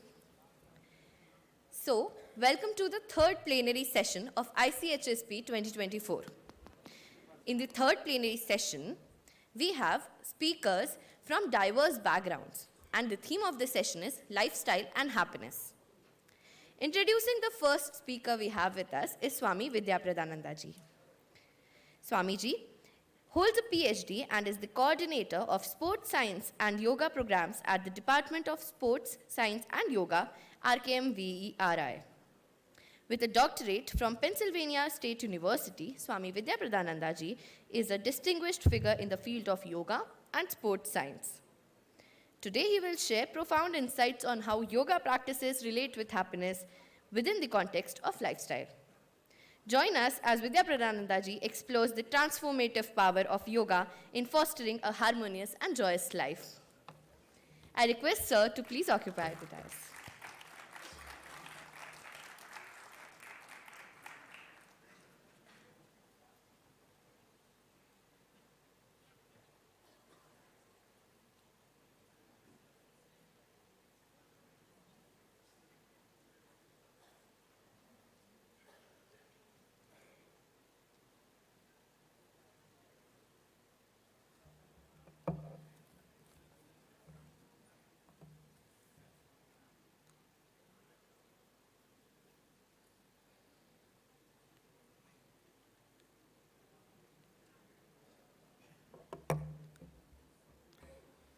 A very good afternoon to the audience.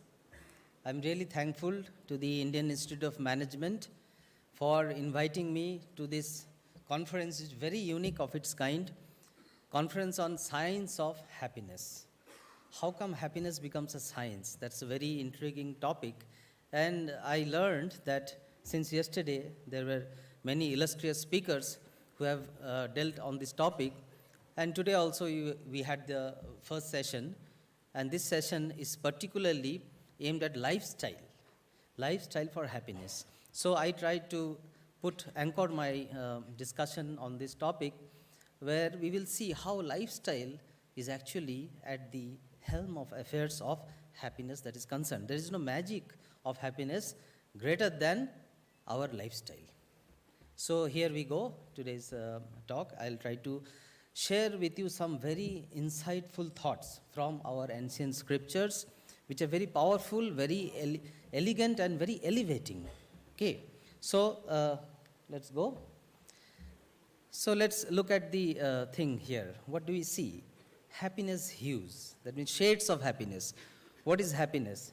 To some people, the scientists, they are searching what are the neurotransmitters, what are the mood-boosting hormones, what are the things that regulate our happiness. And they have found some great biochemicals, namely serotonin, then dopamine, oxytocin, etc. And there are some genes which regulate these secretion of these hormones, these neurotransmitters. So one group is looking into these things, trying to find out what is the secret of happiness. That is very modern, very scientific, very methodical and medical. On the other hand, there is the traditional yogis who are doing practices, age-old practices and continuing, right?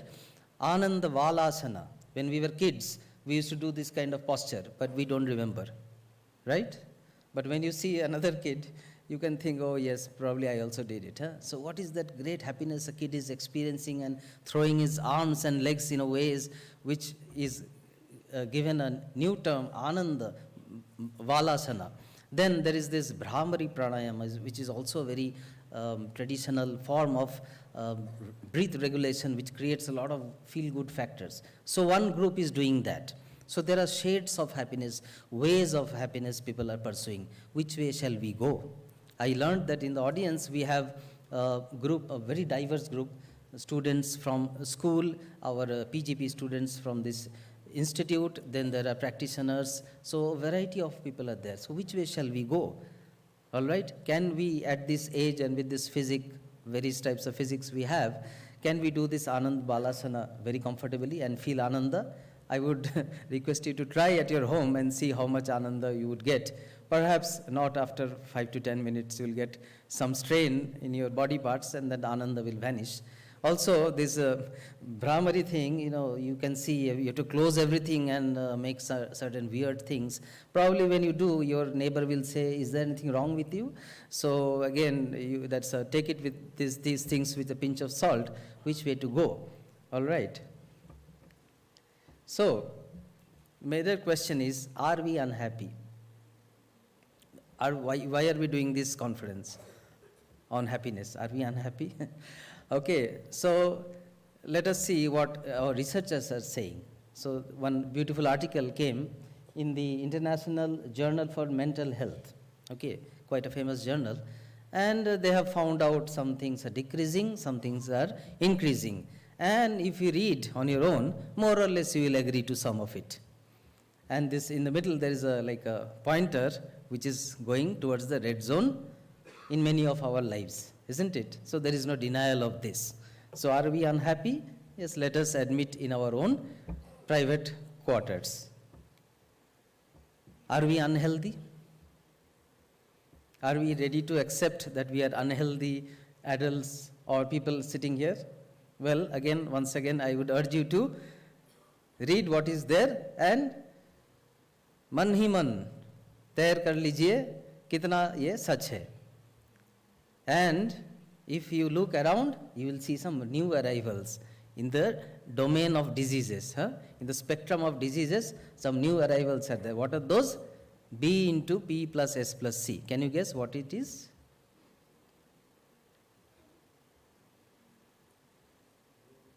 I'll give you a hint. B stands for blood. Then what is P, what is S, what is C? Pressure, sugar, cholesterol. Hai na? So these are new arrivals. Why they are new arrivals? Because it is coming to us at a very early age. Hai na? So these are all truth. So are we unhealthy? Are we unhappy? So let us look at the facts that are around us. So, where is all this coming from? From where it is creeping in? So rather than the two dichotomy that I showed in our first slide, a set of people are trying to find out what is that mood boosting, how much of dopamine is needed to make me happy, serotonin, and from where, which kind of genes it is coming, how can we induce all those things. That is one group is doing. One group is following the traditional asana, pranayama and these yogic practices and saying that this is the pathway of happiness. So if we keep those things in their place and try to find a path where I can understand what is what, then I would say let us look at our lives, everyday life. What are we doing every day?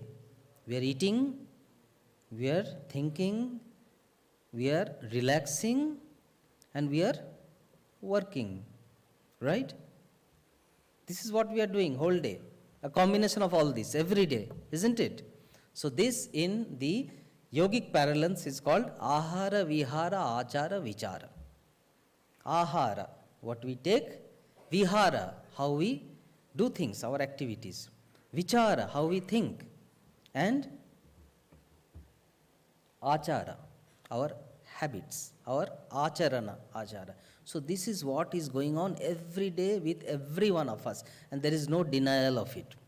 There is not a single day that we are not doing more or less of all the four of these things. Someday we are doing more of something, someday we are doing less of something, but in general we are doing all these things. So this is, our life is roaming around these four pillars. We are going from one point to the another point continuously, we are moving, and this is called the lifestyle or life cycle. Our daily life is rotating around these four pillars, so is our whole life. So if at all we agree or admit that we are unhappy or unhealthy, then must be those things have crept in in one or more of these, right? That's the logical acceptance. So let us see how they creep in, how unhappiness creep in our daily lives when we are moving in these four pillars: ahara, vihara, achara, vichara. Okay, so I learned there are school kids here. So you must recognize what is that. What is that? Over the right end, top right end, what is that? जोर से बोलिए. गुलाब जामुन. सबको पसंद है ना? हमको भी पसंद है. और उसके बाजू में आमला. पसंद है आपको? यस. लगता तो नहीं है. हाँ? जब when you take आमला, लगता तो नहीं है. हाँ? So what is going on? What is going on is need versus want. Preferable versus pleasurable. Amla preferable है. मम्मी कहती है अच्छा है, सेहत के लिए लेना चाहिए, लेकिन प्लेजर नहीं मिलता है when we take it. Gulab jamun बहुत प्लेजेंट है, लेकिन अच्छा नहीं, डॉक्टर कहते हैं, right? So this is coming to us every day in not only gulab jamun amla form, but in various other forms, right? And our ancient sages were very, very intelligent and wise enough to put it into right perspective, right term, which is sreyaha and preyaha. That which is good is sreyaha, that which is pleasant is preyaha. And you will be surprised that Shreyaha is not necessarily same as Preyaha. They are actually two different things. Just like this example shows, the Amla and the Gulab Jamun, they actually are quite different, right? They serve different purposes, they do different things to us, and they are accepted differently by different people. And that's what exactly the ancient scriptures tell. Here I have written what our ancient scripture is telling exactly. That is the Kathopanishad, one of the very famous Upanishads, Kathopanishad. It is telling what it is. I'll just read out what is written in Sanskrit verse and try to explain you the meaning. Anyaha Shreyaha, Anyat Utaiva Preyaha. Anya means different. Shreya and Preya are different. Anya Shreyaha, Anya Utaiva Preyaha. They are not same. Te ube nanarthe purusham sinita. Both, ube, both of them come in various forms to the human and grab us. Tayoho, between them, shreya adadanasya sadhu bhavati. Sadhu, the word sadhu means good. The word sadhu means good. So if you take the shreya, it is good. So that is why I put the English word good. Tayoho shreya adadanasya sadhu bhavati. Hiyate irthadya upreyo vrinite. And if you take the prayer, that is not so good. That is the pleasurable. So they are two different things of different nature. Anya, different nature, and both come. Both present themselves to us. Then what do? We do differently. I will do differently, you will do differently, XYZ will do differently.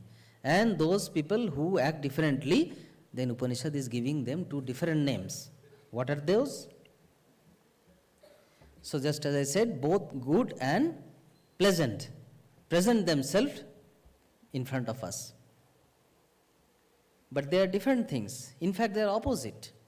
If you can make out from this example, if you can think about this example of two similar looking, similar shape, similar size, but they do very different things to our body and even to our mind, right? As soon as you take the gulab jamun, your dopamine increases. As soon as you take a amla, not so much, right? At least instantaneously. Okay, so now how we react is different. The wise man will pick the good, the unwise man will pick the pleasurable. Okay, so that's what the Upanishad is saying. The next, the verse that is given is Shreyascha preyascha manushya metah tau sampaditya vivinakti dhiraha.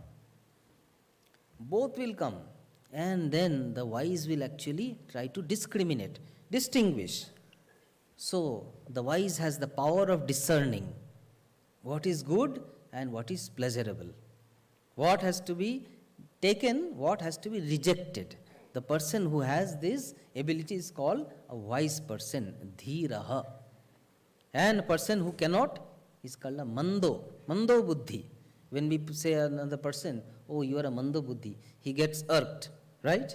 He gets angry. How come you say this? But look, Upanishad is using that word, mando buddhi, a person who cannot distinguish between the Shreya and Preya and picks up the Preya, the pleasurable always, is a mando buddhi. So don't mind the language if somebody tells you it's a word from the Upanishad. Be happy to hear that next time.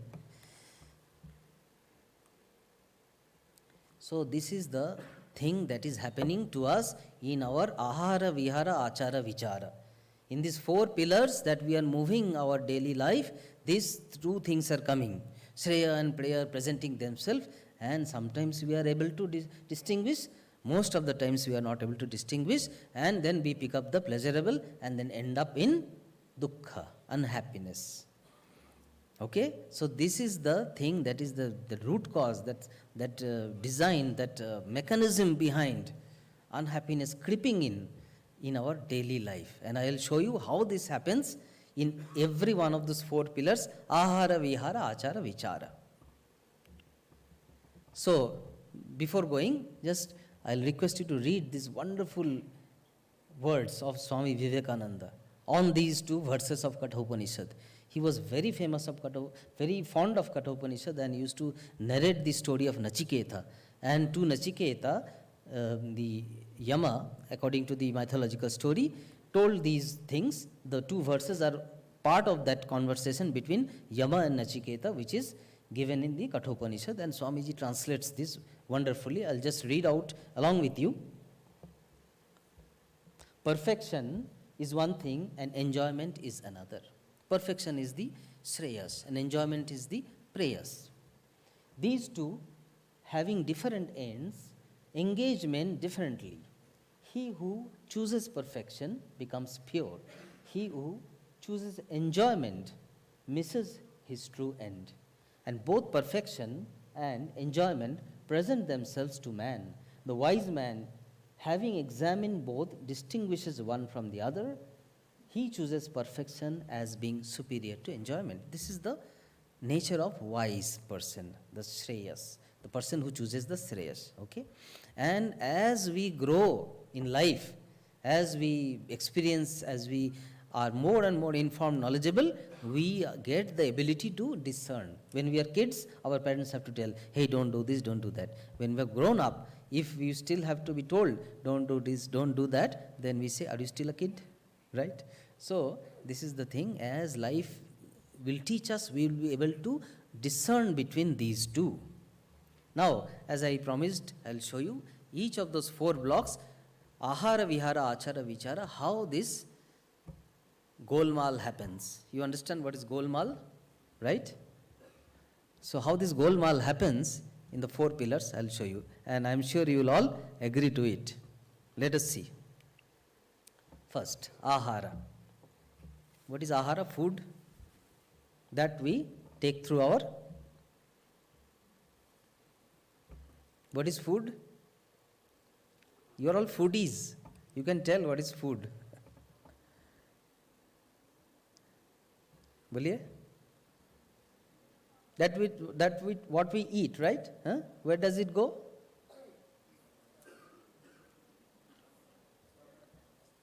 What do you see in the picture?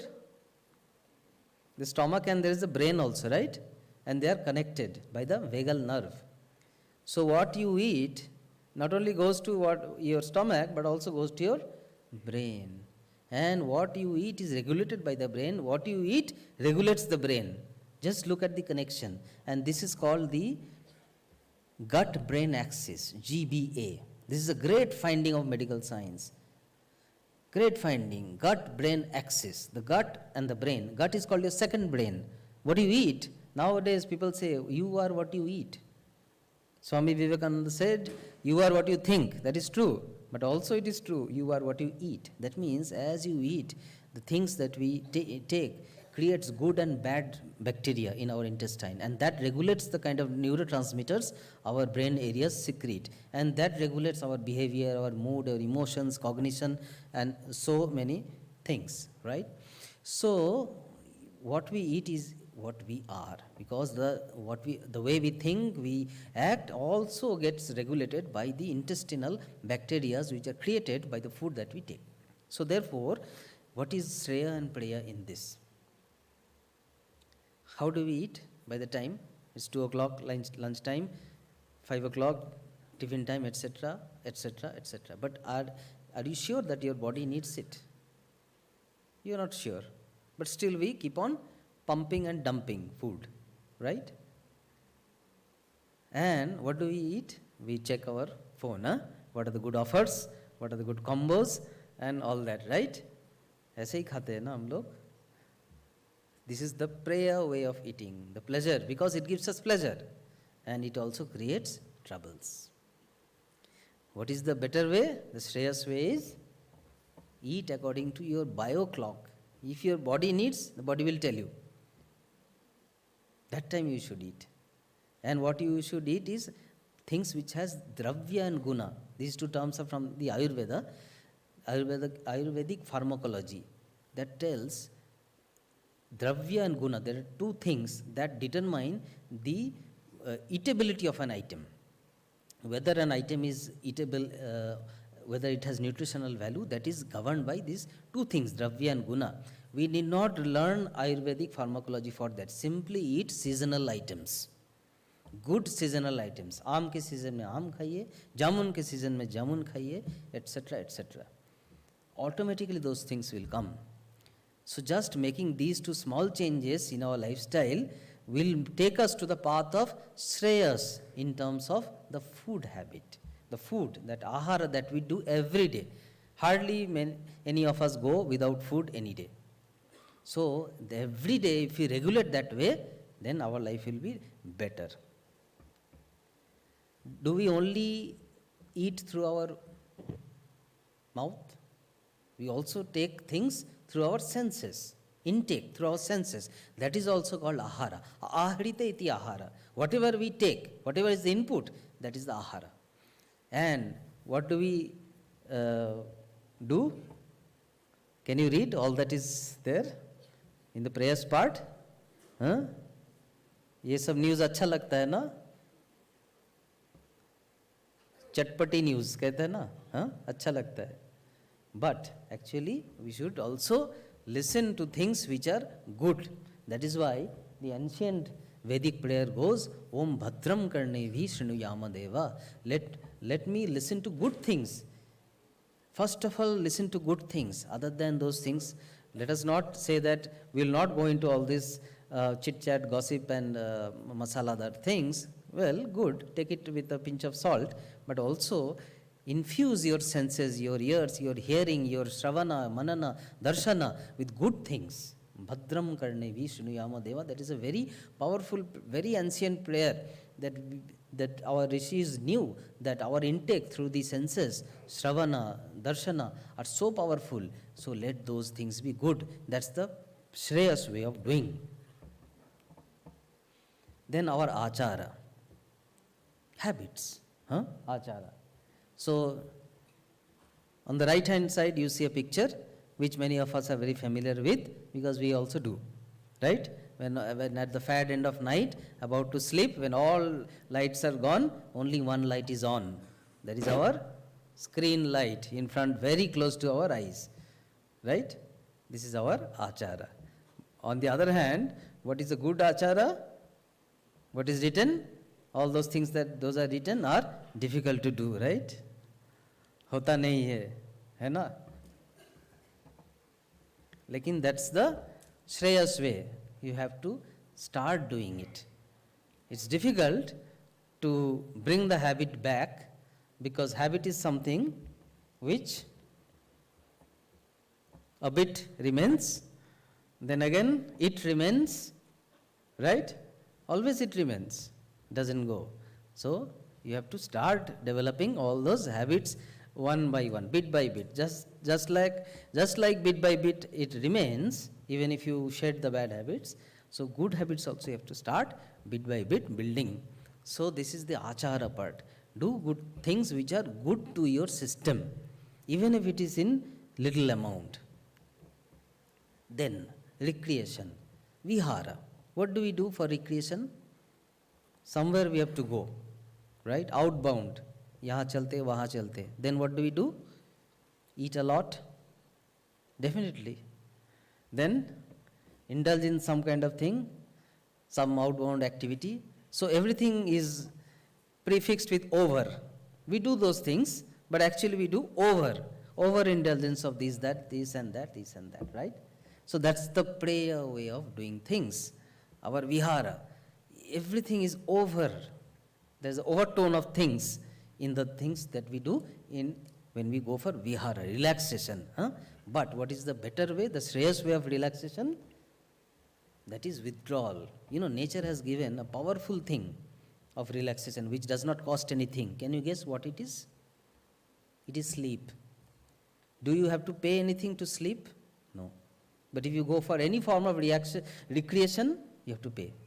So sleep is a costless relaxation given by nature. Why it is relaxation? Because it is complete withdrawal. And we just do the opposite. We go and overindulge. When we take the form of relaxation, which is all pleasurable relaxation, we are actually overindulging in things, whereas the most natural, costless and better way of relaxation is to withdraw. Where do we withdraw from and where do we go? There's a beautiful allegory in the Chandogya Upanishad. A kite is flying whole day. Whole day it is flying, then it gets tired. But a string is tied to its claws and to a branch of the tree. So when it is tired, where does it go? It comes back to the place where it is tired. So when we are awake, in the waking state, we do so many things. We get tired, our senses, our mind, everything gets tired, and they all come back to the source, which is the prana. Okay, so this is the natural thing that is going on with us every day. Nature has given. For that we don't have to pay anything. And the mantra of this relaxation is withdrawal. When we wake up from a good sleep, all of us are happy. Is there anybody who is not happy when there is a good sleep? Nobody is there. Why are we happy? Because there is a complete withdrawal. So if we can recreate that in our waking state, then our relaxation will be best. It does not mean we have to sleep throughout the day. Sleep will have its natural cycle. The other times, we take that lesson from sleep and apply it in our way of recreation, that is the withdrawal. Not overindulging, but withdrawal from things. And vichara, thoughts. What are we thinking? We are thinking what we are made to think by external agencies. Example, there is a ping in my mobile, there is some kind of update, immediately my thoughts start. Again there is another update, I look at it, again the thoughts start, right? So where are the thoughts going? Thoughts are going like horses which are uncontrolled. Not governed by me, but governed by others. So that's the prayer way of doing. What is the better way? Shreya way of doing is that I should regulate my thoughts. Now whole day we are working, whatever is our profession, be it we are school student, we are college going students, we are PGP students or working class, we have to do so many things. We have to think so many things that others want us to think. If you go to a workplace, your superior asks, have you done this, have you done that? You are bound to think what he is saying. So when do we think according to what we want to think? There is only one time. That is the time given to us by nature when we wake up early in the morning, completely free from all worries, completely independent, full freedom is given to us. Nobody comes and takes that time, that moment. What to do? Immediately inject very powerful positive thought in that moment that you have exclusively for yourself. Nobody on earth, no close kith and kin, even though they are in the same premises with you, are there to grab that share of time from you. That only is 30 seconds. Only 30 seconds is required. Bhagavan Shankaracharya gave this very powerful prayer Pratasmaranam. What to think in the morning when I woke up. Tanushree Datta ma'am told me that there are about 50 odd school students who are going to face the exam. Some things, tips should be given to them. What yoga practice they should do to increase happiness. I would not tell you to put your head down and get your feet up, those kind of complicated yoga practice. Just do this 30 seconds in the morning when you wake up. Pratasmaranam Stotram. Just put it on your mobile and listen to it. If you want, I can just chant and you can see how long it takes. Shall I? Okay. Thank you. Pratasmarami hridi sanspuradatmatattvam Satchid sukham paramahamsa gatim turiyam Yat swapna jagara shushuptim avaiti nityam Tad brahma nishkalamaham nacha bhuta sangaha Pratar bhajami manasa vachasamagamyam Vacho vibhanti nikhila yadanugrahena Yanneti neti vachanaihi nigama avocham Stam deva devam ajamachyutamahuраग्र्यं Pratar namami tamasaf paramarkavarnam Purnam sanatana padam purushottamaख्यं Yasmin nidam jagadasheshamasheshamurto Rajvang bhujangamiva pratibhasitam vai. How long? Was it 30 seconds? I think less than that. So just this amount of time, if you infuse yourself with this positive thought, which is telling you are a supreme being, your nature is a supreme being full of bliss and different from this bhuta sangha, this conglomeration of the worldly things. I am different from this, full of bliss.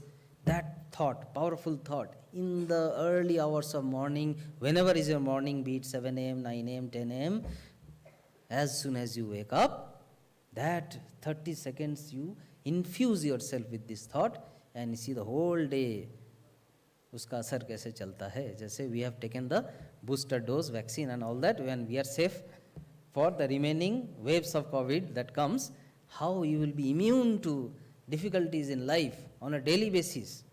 If you continuously infuse these thoughts, positive thoughts in you, please check yourself. So finally coming back, are we unhealthy? Are we unhappy? Then what is health? Health is happiness.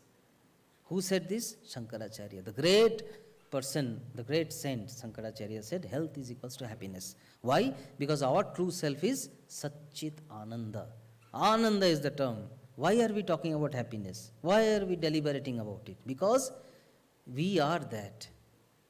And it is there in us, giving sparks, throwing signals, telling, yes, it is there and you ought to pay attention to that.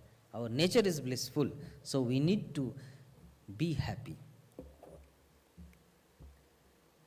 So, what do? Correct your food, correct your thoughts, correct your ways of recreation, everything will be corrected. No complicated yoga is required if you follow this on a daily basis. Okay? And where to start? You have to start by outsmarting your smartphones, because now smartphones have outsmarted you. You are smarter than that. So there is a very fundamental idea called biophilia. Biophilia. Human being wants to be connected to human being. That's very fundamental. But somehow wrongly we have connected to smartphones. So just outsmart them, bring the person in your life back and enjoy happiness. Thank you.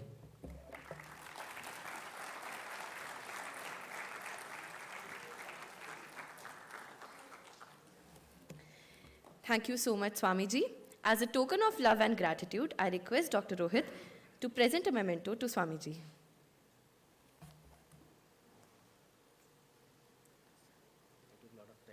No, sir.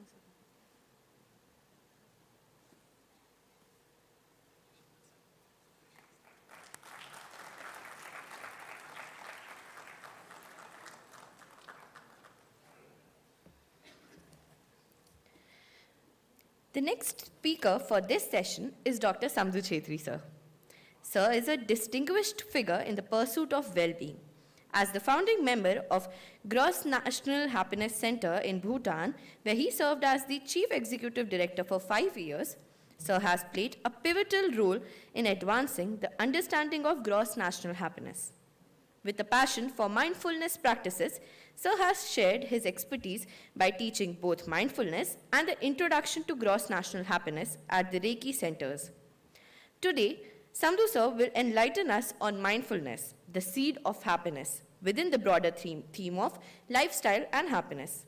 Join us for an insightful exploration of the transformative power of mindfulness in cultivating a joyful and fulfilling life. Samdhu sir, please come on the stage.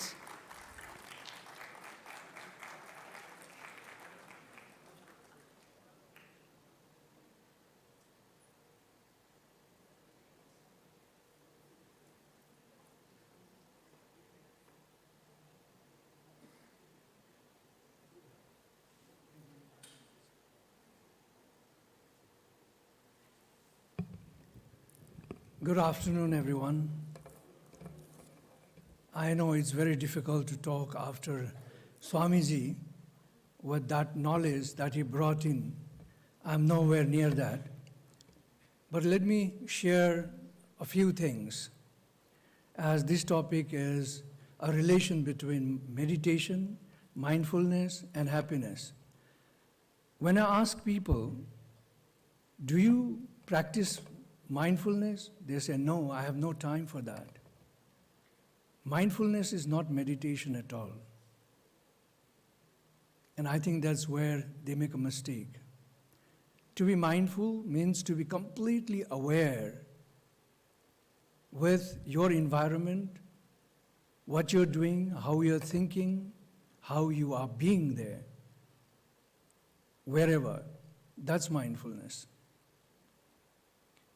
Meditation can help you to be mindful because it calms you down. You can get into contemplative moods. You can do a lot of inquiry within yourself.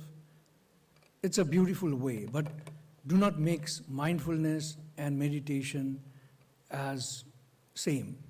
They are completely different. If you are mindful, what happens? Why are we unhappy in the first place? I think we have heard a lot of speakers before me talk about it. What makes us unhappy? The term is forgetfulness. When you're not present with yourself, are we present? Yes, we are. We are all here, right? But being present here and now doesn't mean physically. It also means adding your mind with your body, being together. Swamiji mentioned about 5 senses. If you can connect them together, you can be a most mindful person. Whether you're eating your food, or you are chatting with a friend, or you are walking down the corridor, you can be mindful from the time you wake up to the time you go to bed. If you do that, you are meditating all along. If you are mindful, that means you are meditating. Please do not consider that by meditating you would be mindful, because meditation has a purpose. Why do you sit down for meditation? You need to have a purpose for it. When you sit down for meditation, you need to decide, why am I sitting here today for this meditation, right? Then if it is just calming the mind, there are several practices. I'll talk about the 5 different practices of mindfulness, but let me just try to tell you what is mindfulness. Mindfulness, in short, means to be not forgetful, meaning not live in the past or in the future. When we are detached from our own self and start to live in the past or the future, then you are going to be unhappy. But bring back your senses to the present moment. Where is that bag that holds you back as forgetfulness? It's not there at all. You become very light all of a sudden because your mind and body with the environment around you are connected and you are present. How do you do that? We'll talk a little bit more on this. Do you know that according to the research, 95% of us, our conscious mind, works in what is already learned. I know that many of you are students here. You know how to cycle. Guys there, please don't chat. If you want to listen to me, give your attention to me. I'm a very strict teacher that way. All right? So please give your ears if you want to learn something new. I'm sure you all ride cycle. Many of you drive cars. When you do that, when you get onto the cycle, you start from point A, you want to go to point B, right? Do you, as you're cycling, do you think that am I paddling? Am I steering? Do you do that? No. You're seeing birds fly by, friends pass by, hello, hi. Your conscious mind is out there. Then what drives that cycle? It's your subconscious mind that you've learned. It is now stored there. The psychologists would call it as autopiloting yourself. Right? Now, if you wake up in the morning and start timekeeping yourself, what do you do the whole day long? Over a month time, all right? If you do that, you'll find a trend that's so common, which is already written in your genetics. Once you know that, you can do away with this and you can become a better human being. It's very simple, it's tedious, but very simple to become a good mindfulness person. Okay? So when you begin to understand what you need to improve yourself, you start to work towards becoming more positive human beings. You stop your so-called overthinking. Overthinking happens, all overthinking is negative. But if you're contemplating, if you are overthinking in some good things, then you're contemplating and you'll get to the reality yourself. You don't have to go to a guru to find that out. So mindfulness is a journey, like we heard in the morning, like happiness is a journey. You know, I'll give you some practices on this, but for now, just to calm you down, why don't you all close your eyes, hold your breath, sit properly, very relaxed, put your right hand on your chest, on your heart, your left hand on your center of your stomach, okay, on your heart here, and on the center, on your navel. Close your eyes all together and start to breathe in normally, in and out, okay? Do that for 30 seconds. Just close your eyes, breathe. Feel the movement of your chest and your navel, your stomach, rising, falling. Just feel that for a little while. Just connect with the breath, your breath, and the movement of your body.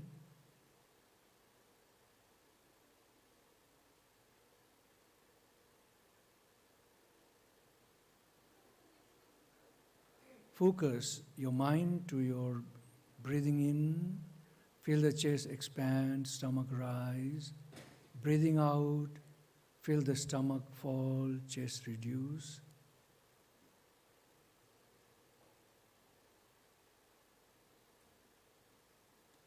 Be grateful to the heart that is still beating, you are alive. Be grateful to the guts that we just learned from Swamiji, how essential the guts is and what it does. All right, thank you. See, just these little practices, even if you're walking from one classroom to another, standing by the corridor, taking few deep breaths in and out, will calm you down. Any moment, when wrong thoughts arise in your mind, you just shift that thoughts. The first step is to be aware of it. And once you are aware of it, you can easily do away with it, okay? So mindfulness, how does it relate to happiness? Happiness, we know, has no universal definition, okay? We heard a lot about happiness. In Bhutan, we say, for the country is development with values. That's happiness. It breezes with kindness, compassion, and equity, not equality, equity. Equity and equality are two different words. But at the individual level, we say, you cannot be happy. It's not the fleeting, momentary feel-good moods. It is when you serve others, live in harmony with nature, and realize your inner potential, you're going to be happy. So, yesterday, if you were present, you heard Professor Manas Mandal talk about that happiness can be learned. It's a practice, it's a skill that you can develop. But you cannot develop happiness without being mindful. If you cannot be mindful, then you are with the load of forgetfulness, the past, the regrets, and all that. Quantum physics also talks about happiness. It says that I like abbreviation, so I've named the central part of that quantum in the mechanics, WAR, W-A-R, war, not real war, but willingness, acceptance, and realization. That's the central point. After that, when you are willing to listen to others, you accept the person, you accept what is the reality in front of you, then you begin to realize. You know, somebody makes you angry, you say, oh, that guy made me angry. But have you realized why he's or she's acting that way? First thing is to understand, right? To be willing to understand that person. And then you'll realize, once you try to find out the reason why that's happening, then you realize that the person is really suffering. That's why the person is reacting that way. In such a case, what would you do? Imagine this way, that you are driving in a city like Delhi, Kolkata, or Mumbai, and suddenly there's a car, there's heavy traffic, but the car just jumps by you. I'm sure many of us would get irritated. The guy may have even hit your car and rushed. You will bombard him with so much of anger and filth. In a little distance, you find that the same guy is now stopped the car and he's helping his parents who have met with an accident. What would be your changes of mind then? Would you not feel sorry? This is where the problem arises. Often we react. We learned about reaction 5 minutes to go. So we learn about reactions, right? If you become proactive, rather than reacting, if you give a little space, you see, when stimuli comes and you react, what happens? You bang, and everything will go wrong. But if you take a little time, take few deep breaths in and out, and try to see what is it all about, you'll realize, and your actions will be totally positive, no doubt about it. All right? So, I wanted to talk more, but let me just quickly catch on 5 steps of mindfulness. Number 1 is just breathing. Anytime, anywhere, you could just breathe in and breathe out, either heavily or with the kind of bee breathing that Swamiji talked about, you know. You can just take a deep breath in and throw your breath, you know, 3 times, 4 times, 5 times. If you do this hard breathing, if you are, you know, addicted to anything, you do this hard breathing 5 times, if you can manage 5 times, although, you'll find the urge is gone.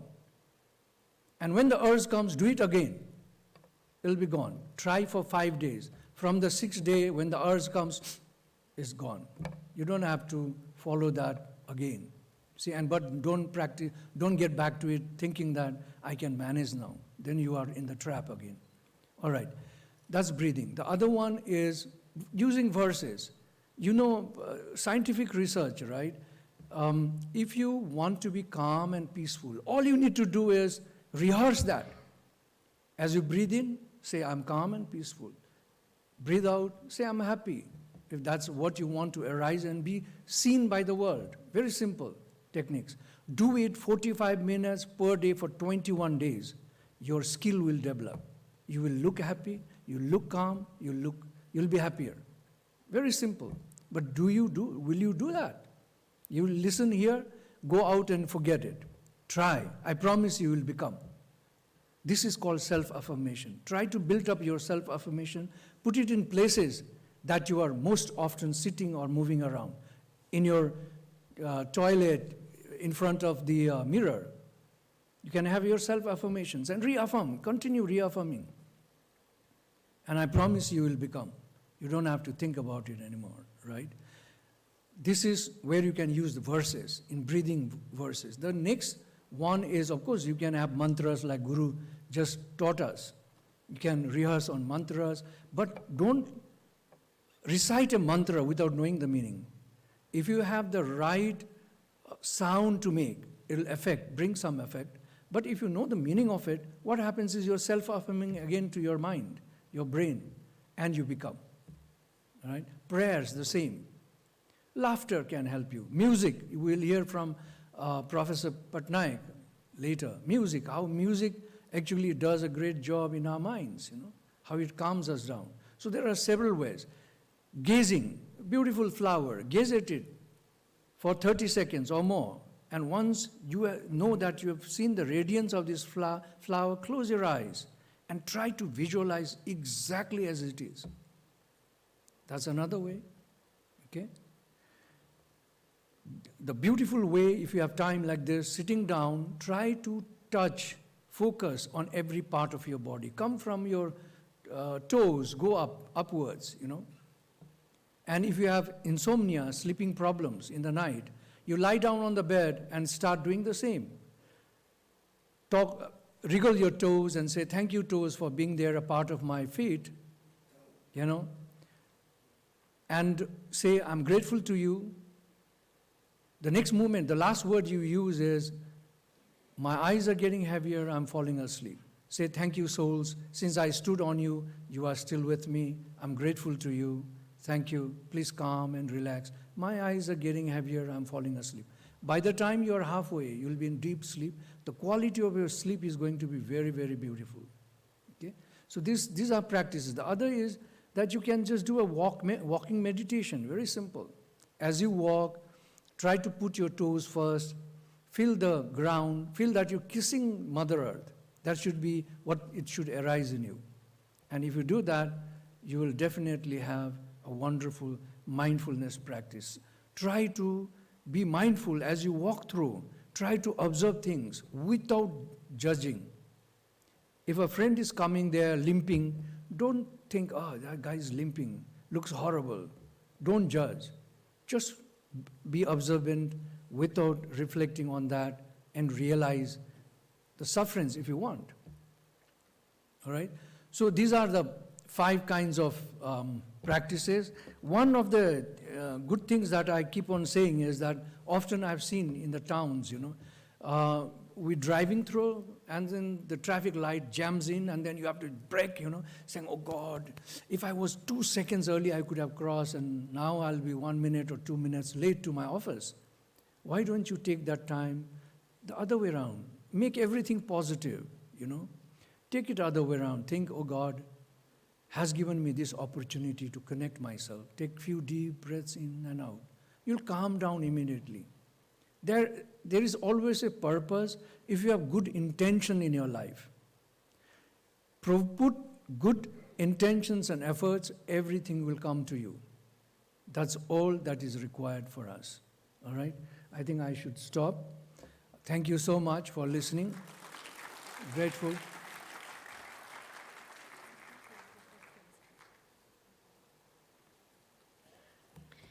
Thank you so much, Samdhu sir. Your words of wisdom have enlightened our gathering here. I request Director sir to please felicitate Samdhu sir with a token of gratitude from IIM Ranchi.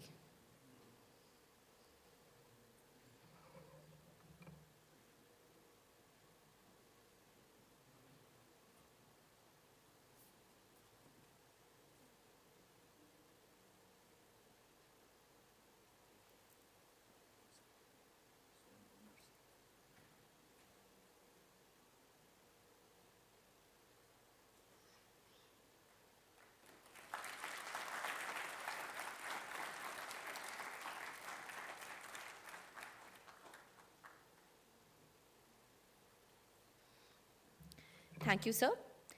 The next speaker we have with us is Ms. Seema Kumari. Seema ma'am is a trailblazer from a remote village of Jharkhand in India. Discovered by Yuva's soccer program in 2012, Ma'am's journey from a village of 1,000 people to Harvard is nothing short of inspiring. Overcoming societal constraints, she embraced soccer, becoming a coach to fund her education. Recognizing her academic potential, Yuva established a school in her village in 2015, where Ma'am's class size shrank from 70 to 6, offering her a transformative educational experience. Ma'am's resilience goes beyond borders. She participated in a high school exchange year in Seattle and attended summer programs at Cambridge University and Washington University. Today, she stands as a symbol of empowerment and tenacity, proving that one can rise above limitations and reach great heights. Please join me in welcoming Madam Seema.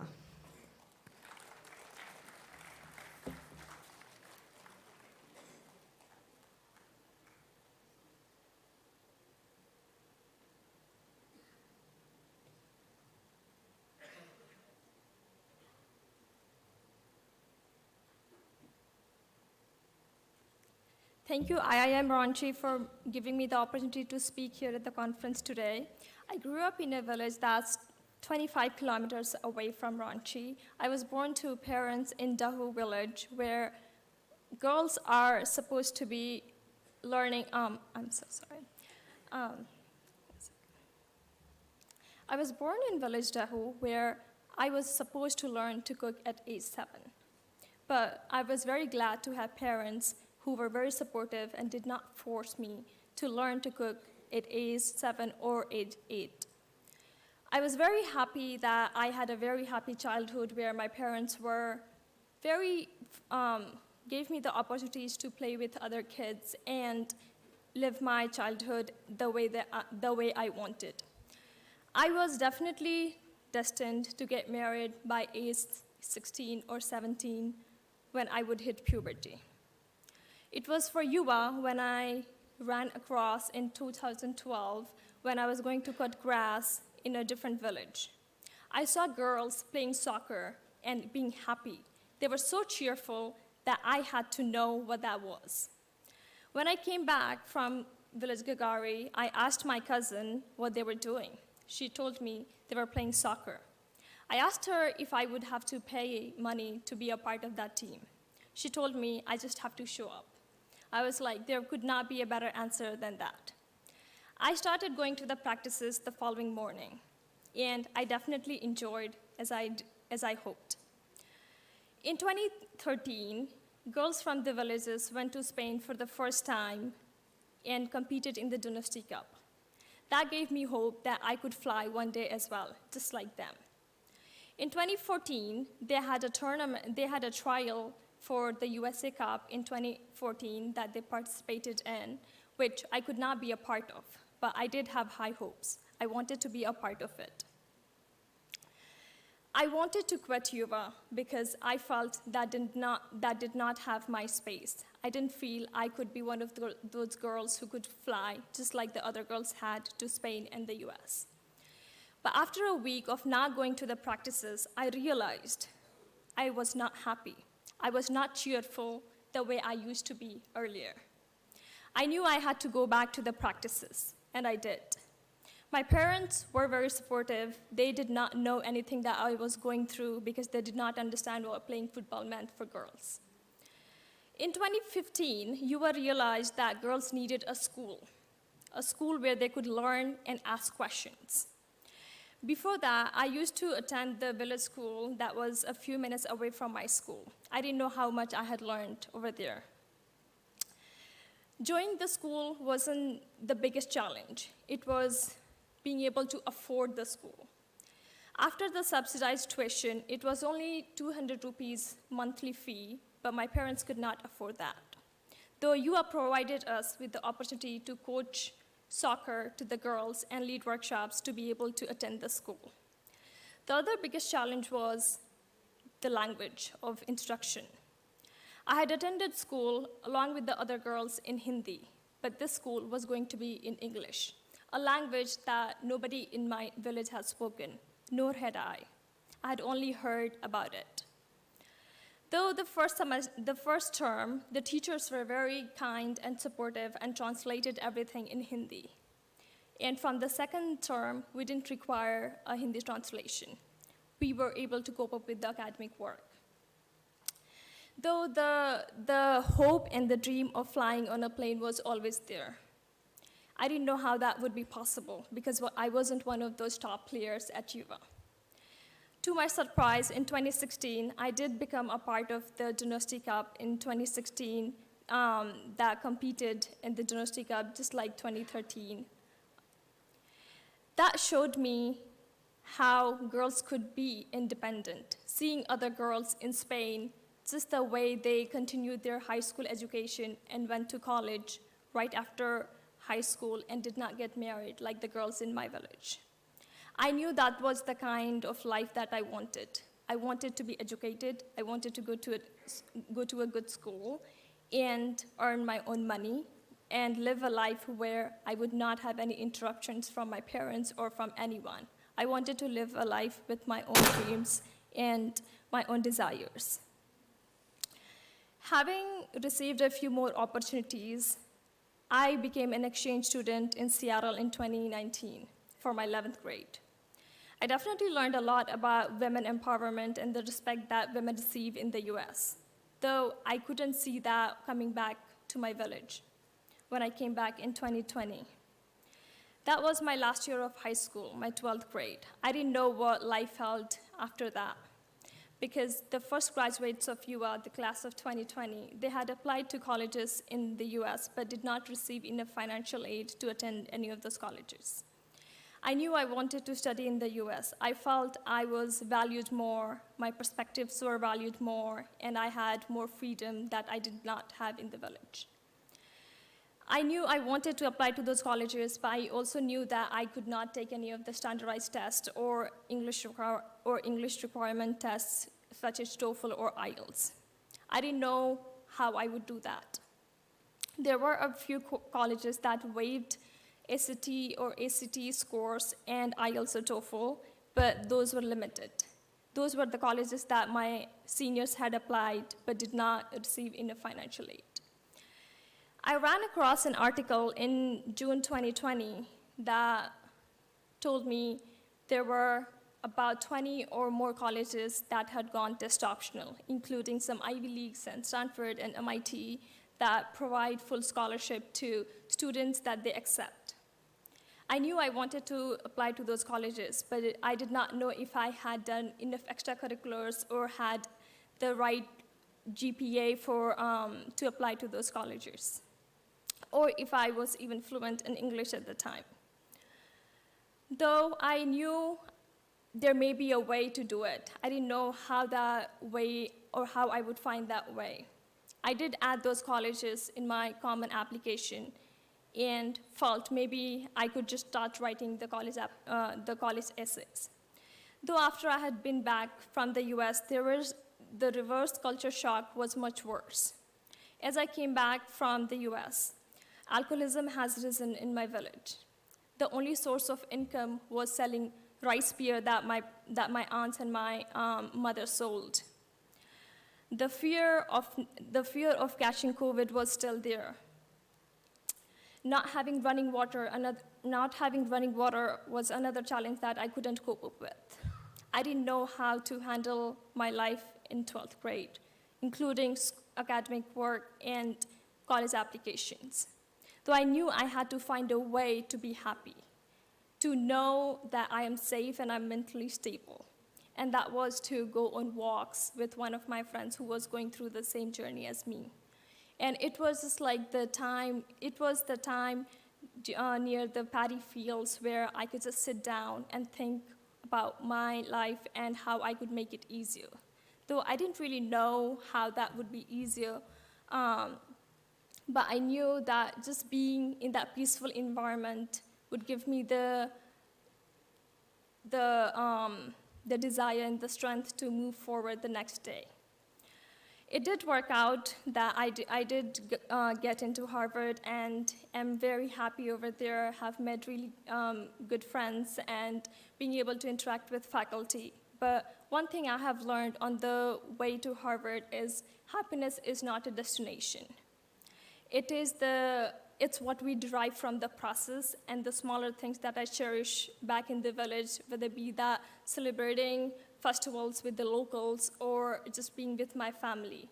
Community is something that's very important, and that India just has a lot of powerful communities, whether it be that the villages or the cities that I haven't seen or haven't found really in the cities in the US. I hope this was meaningful to you, and thank you so much for listening.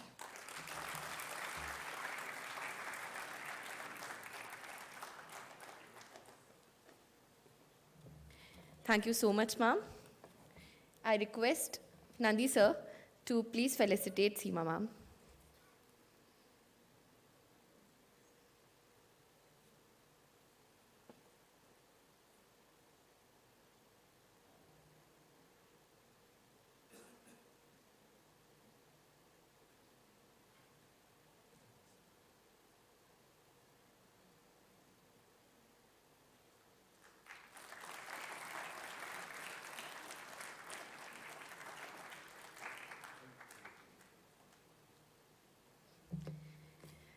Thank you, ma'am.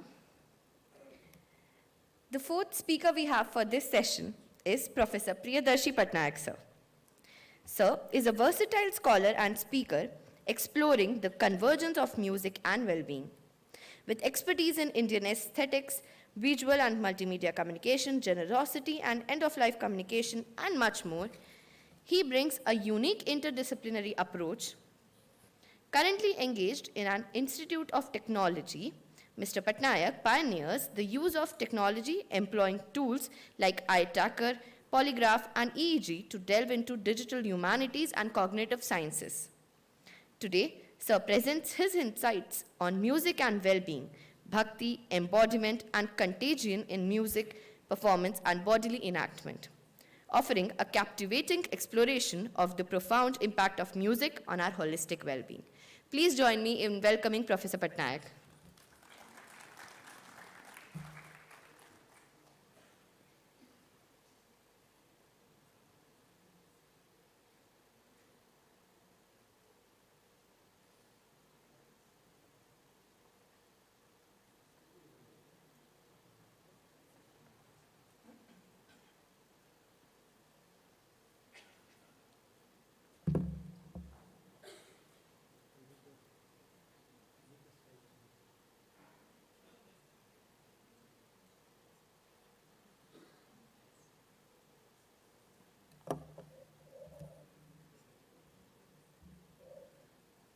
Good afternoon, and thank you, everybody.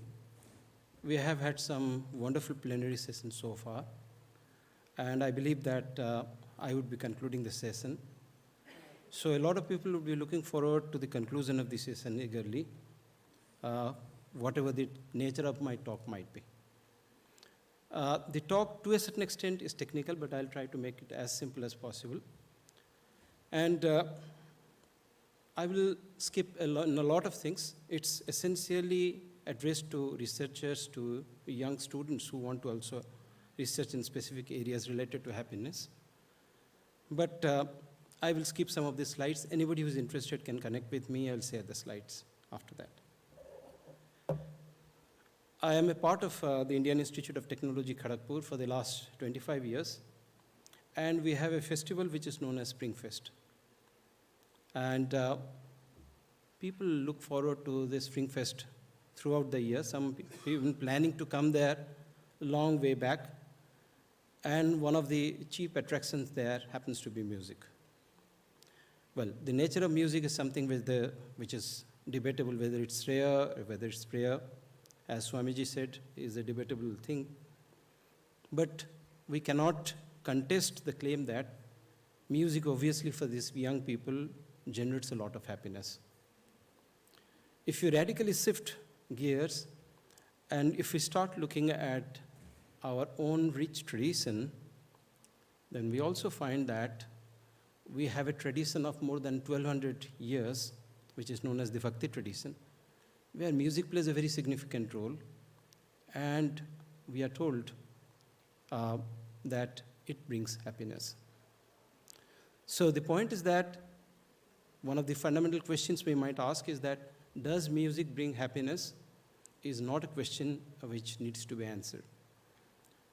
It's a yes, and both the contemporary approach to music as well as the traditions of music tell us that it brings happiness to us. But I will dwell with two questions and two mechanisms, which are about why certain things happen, okay? So what I'm going to do is, I will skip some of the slides as I shared with you. But what I'm trying to say is that I'm trying to suggest that the Bhakti tradition is a tradition of protest. And if a tradition is a tradition of protest, then paradoxically it is about unhappiness. And if it's paradoxically a tradition about unhappiness, how exactly do the mechanisms operate so that it leads to happiness? This is the first question that I raise, and I create a model for trying to answer this question. The second question that I raise is that if a tradition, or I would put it as a pluralistic traditions of happiness or Bhakti tradition has continued through more than 200 saints or traditions. A team of students, BTech students, are working with me, and we have identified more than 200 saints or movements which are categorized as Bhakti tradition across existing map of India and even beyond in some of the covering regions where the Sufi influence dominates. And the same thing is there, that for 1200 years, the traditions continue. So the important question that why does it happen? That even till the early 20th century, we had something of a Bhakti movement, which used to continue in certain belts of Odisha and Bengal as well.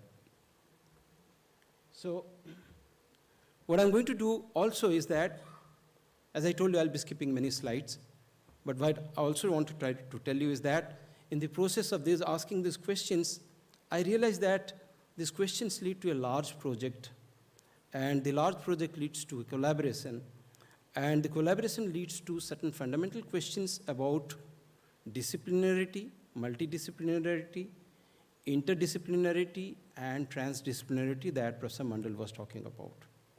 And my personal experience of making this journey is what I would like to quickly share when I sum up and close this session.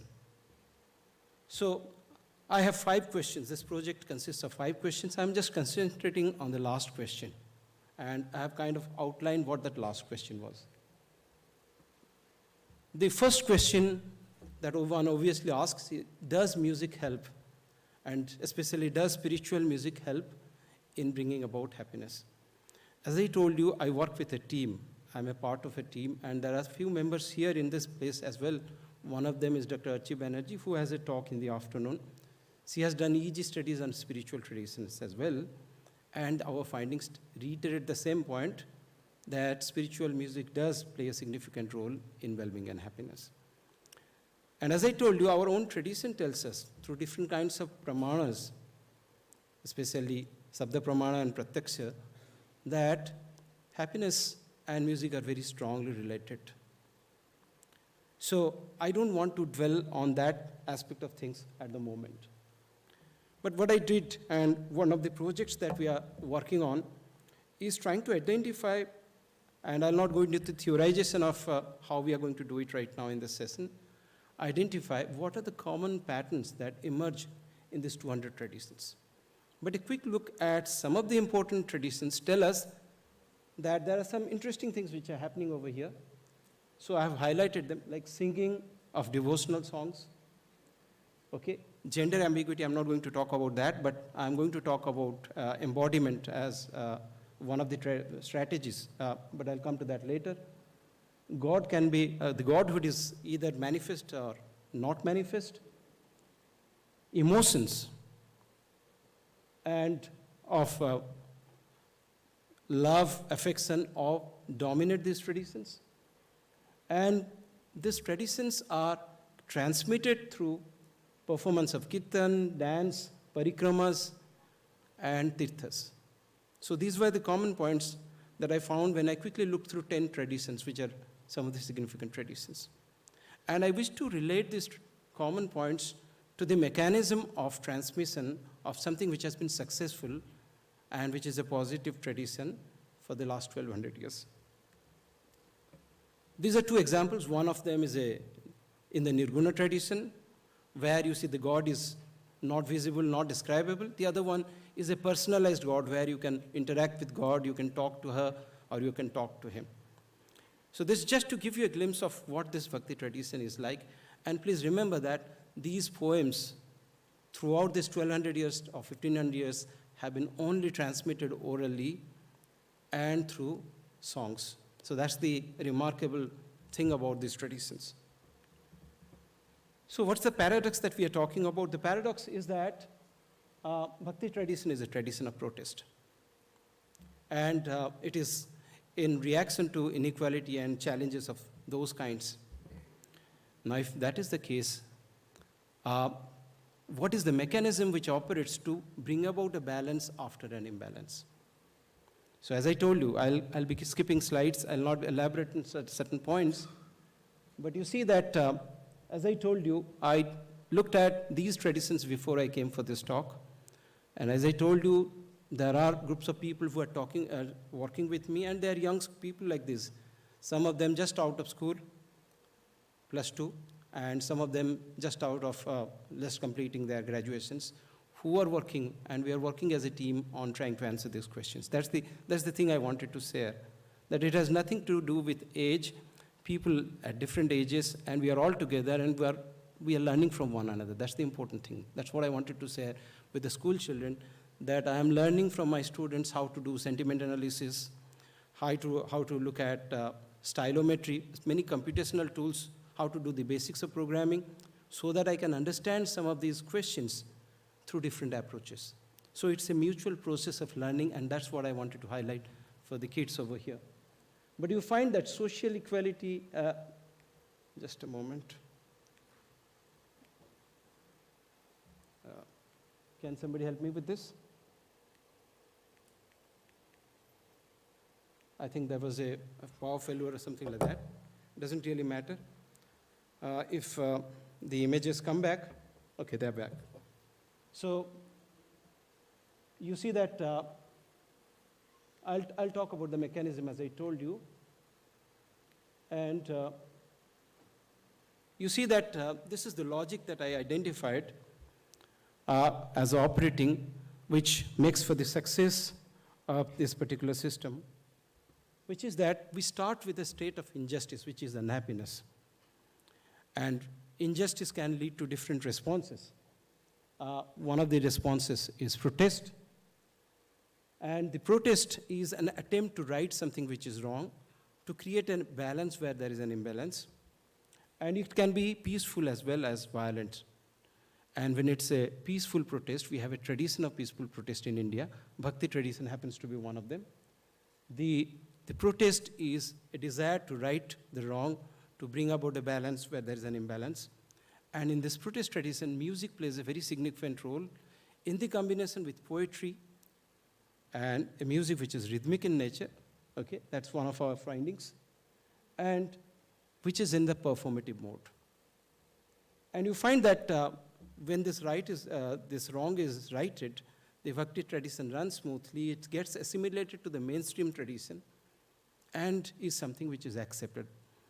Today's talk cannot talk about the second phase as to once the right is wronged and something becomes a part of the larger tradition, how the reaction, how the approach changes. I'm not going to talk about that today. But the next question I attempt is to kind of create a pathway of how this operates. So you can see that you move from perceived injustice, which has an impact on mental health, which is essentially, when I looked up the literature, anger, depression, and envy.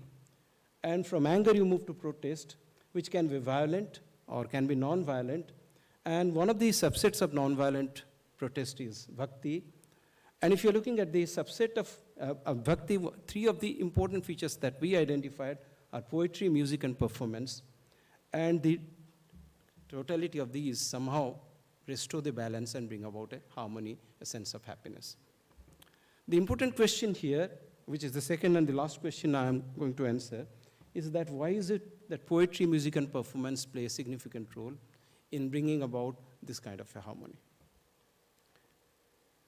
So, as I told you, I'll just touch upon the concepts and I can't go beyond that. I have only 2 minutes left. Poetry is a device which acts on the memory. So in those days, in a oral tradition, you could remember and you could transmit a message. And of course, the central tenet of a particular tradition and the philosophy is something which gets transmitted in the process. So meaning, music is about emotions and spiritual music. In fact, recent studies have also indicated that sad music plays a very significant role in healing and well-being, right? That was shared by Archie with me recently. And then the other thing that happens is contagion. Contagion is music operates in different ways. There is a lot of study on musical mimicry, which is one of the ways that musical meaning gets transmitted. And there is also something which gets linked to the concept of embodiment. Let me explain this concept in 30 seconds or less very quickly. What is embodiment? Embodiment or cognitive embodiment is where you are giving a theory that the entire process of our perception is linked to my body. It is linked to my gender. It's linked to the way I have the presence or absence of certain organs. It's linked to my size, my shape, and my entire constitution. Swamiji talked a little earlier about gut and gut memory. People these days even talk about gut intelligence. And embodiment also obviously includes those components as it goes ahead. So, and when it comes to performance, performance is something which enhances, intensifies the entire act. So you see that a movement, an emotional movement catches up when it's infectious. And an infectious thing, a message which is communicated through emotion is a message which is better remembered. And it appeals more strongly. So the vehicle of transmission of a tradition or pluralistic traditions of Bhakti was successful for 1200 years and 1200 plus years because of this interesting combination. So, and that's why you see that if you're looking at it from a perspective of evolutionary perspective, that is why the transmission, these features have succeeded to survive. So at the end of it, you see that the last thing, which is parikrama, tirtha, and all those things, is not a subset of music, so I have not put it there, but it is also the journey which helps to spread to a larger community. And that is how the Bhakti message got transmitted, starting with the Tamils, then Karnataka, then you are moving from south to north to the middle part of the country, then to Jammu and Kashmir, and to various other places. Odisha, Bengal, where there was a very rich tradition of bhajans, kirtans, which we talk about. So the last point I would try to make, if Tanushree can give me just 1 minute, is to move from the concept of disciplinary. When I started off, I'm essentially from English literature, so I started with a disciplinary approach. One paper, one author, that kind of a thing, that kind of a mindset. Then when I started asking this question, some of the questions which you start asking when you move into a technological institute, we suddenly realized that we are working together on problems where we have 5 different problems and 5 different people need to solve them. Then you have something which is a multidisciplinary approach. We did that as well. But then you realize that the same problem could be addressed from different angles. That is the interdisciplinary approach. Currently, to a very great extent, we are working on that, trying to answer the same questions from various angles. Let's say somebody is working on eye tracker study, somebody is looking at how you experience visuals. So, or experience music, along with eye tracker studies, and you're trying to triangulate the research results to find out what kind of a correlation exists between what's happening in the mind and the way the eyes are behaving, all right? And the final one, which is something which one achieves when you have a large team and you finalize, you go ahead and do a lot of work in that particular area, is transdisciplinarity, where you come up with new methods, which is a combination of many of these methods. And that is something obviously we have not been able to achieve. But that is when you are on the brink of a new discipline. I hope that I have been able to share something which makes a little sense to all of you. This is the largest schema of my project where I ask 4 questions. If you look at it, you'll find that each question has a series of subset of questions. We have a series of methods, and the methods have a series of implications. Interestingly, as I'm working especially with the younger people, we are coming up with more methods. And we are identifying new methods as we are going ahead. And hence, you can see that I just talked a little about the last problem. And I'm sorry that, again, this has switched off. The last point I wanted to make was just to tell you that thank you. And if you wish to connect with us, the 10, 15 people we are working together, and to take this journey forward together, then here is the contact detail. Thank you very much.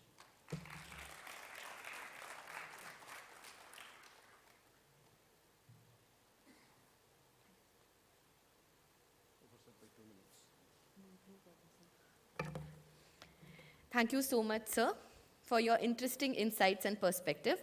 I request Alan, sir, to please felicitate, sir.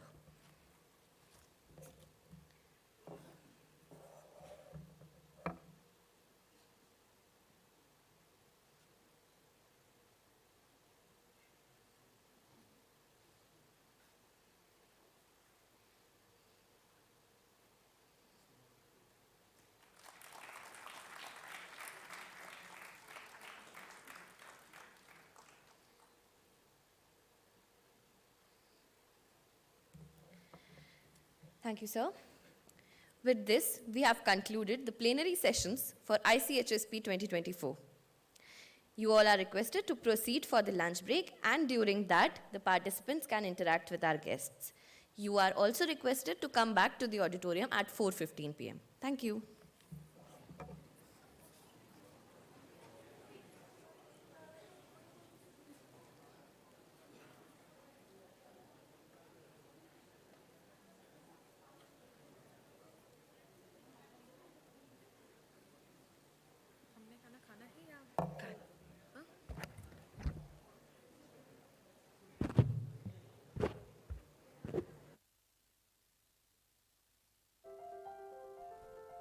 Cheese fast pizza.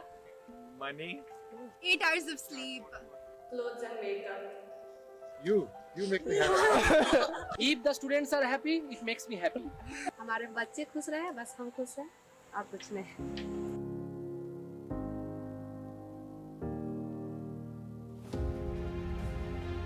Imagine a place where scholars, experts, and thought leaders from around the world gather to explore the science behind happiness and share practical strategies to enhance well-being. Welcome to a groundbreaking event that is set to transform lives and spread joy across borders. For the first time in India, the prestigious Indian Institute of Management Ranchi, in collaboration with the Reiki Foundation USA, proudly presents the International Conference on Happiness, Science and Practice. Ranchi is going to host first international conference on happiness. The conference is scheduled for 5th and 6th January 2024 at permanent campus of IIM Ranchi. We have received confirmation from speakers from different countries. More than 100 research papers have been received. I am confident that outcome of this conference will be significant contribution to the literature on happiness. Look forward to your participation. This conference is a unique platform bringing together the brightest minds to discuss the latest research on happiness. World-renowned experts will grace the stage, sharing their insights on happiness and well-being. Be prepared to be inspired and motivated by thought-provoking keynote sessions that will leave a lasting impact. Don't miss this opportunity to be part of history. Whether you are a student, professional, or anyone passionate about happiness, this conference is for you. This is not just a conference, it's a movement to redefine happiness for the 21st century. Let's come together to unlock the secrets of happiness. Join us on January 5th and 6th at International Conference on Happiness, Science and Practices at IIM Ranchi, a global celebration of joy, knowledge, and positive change.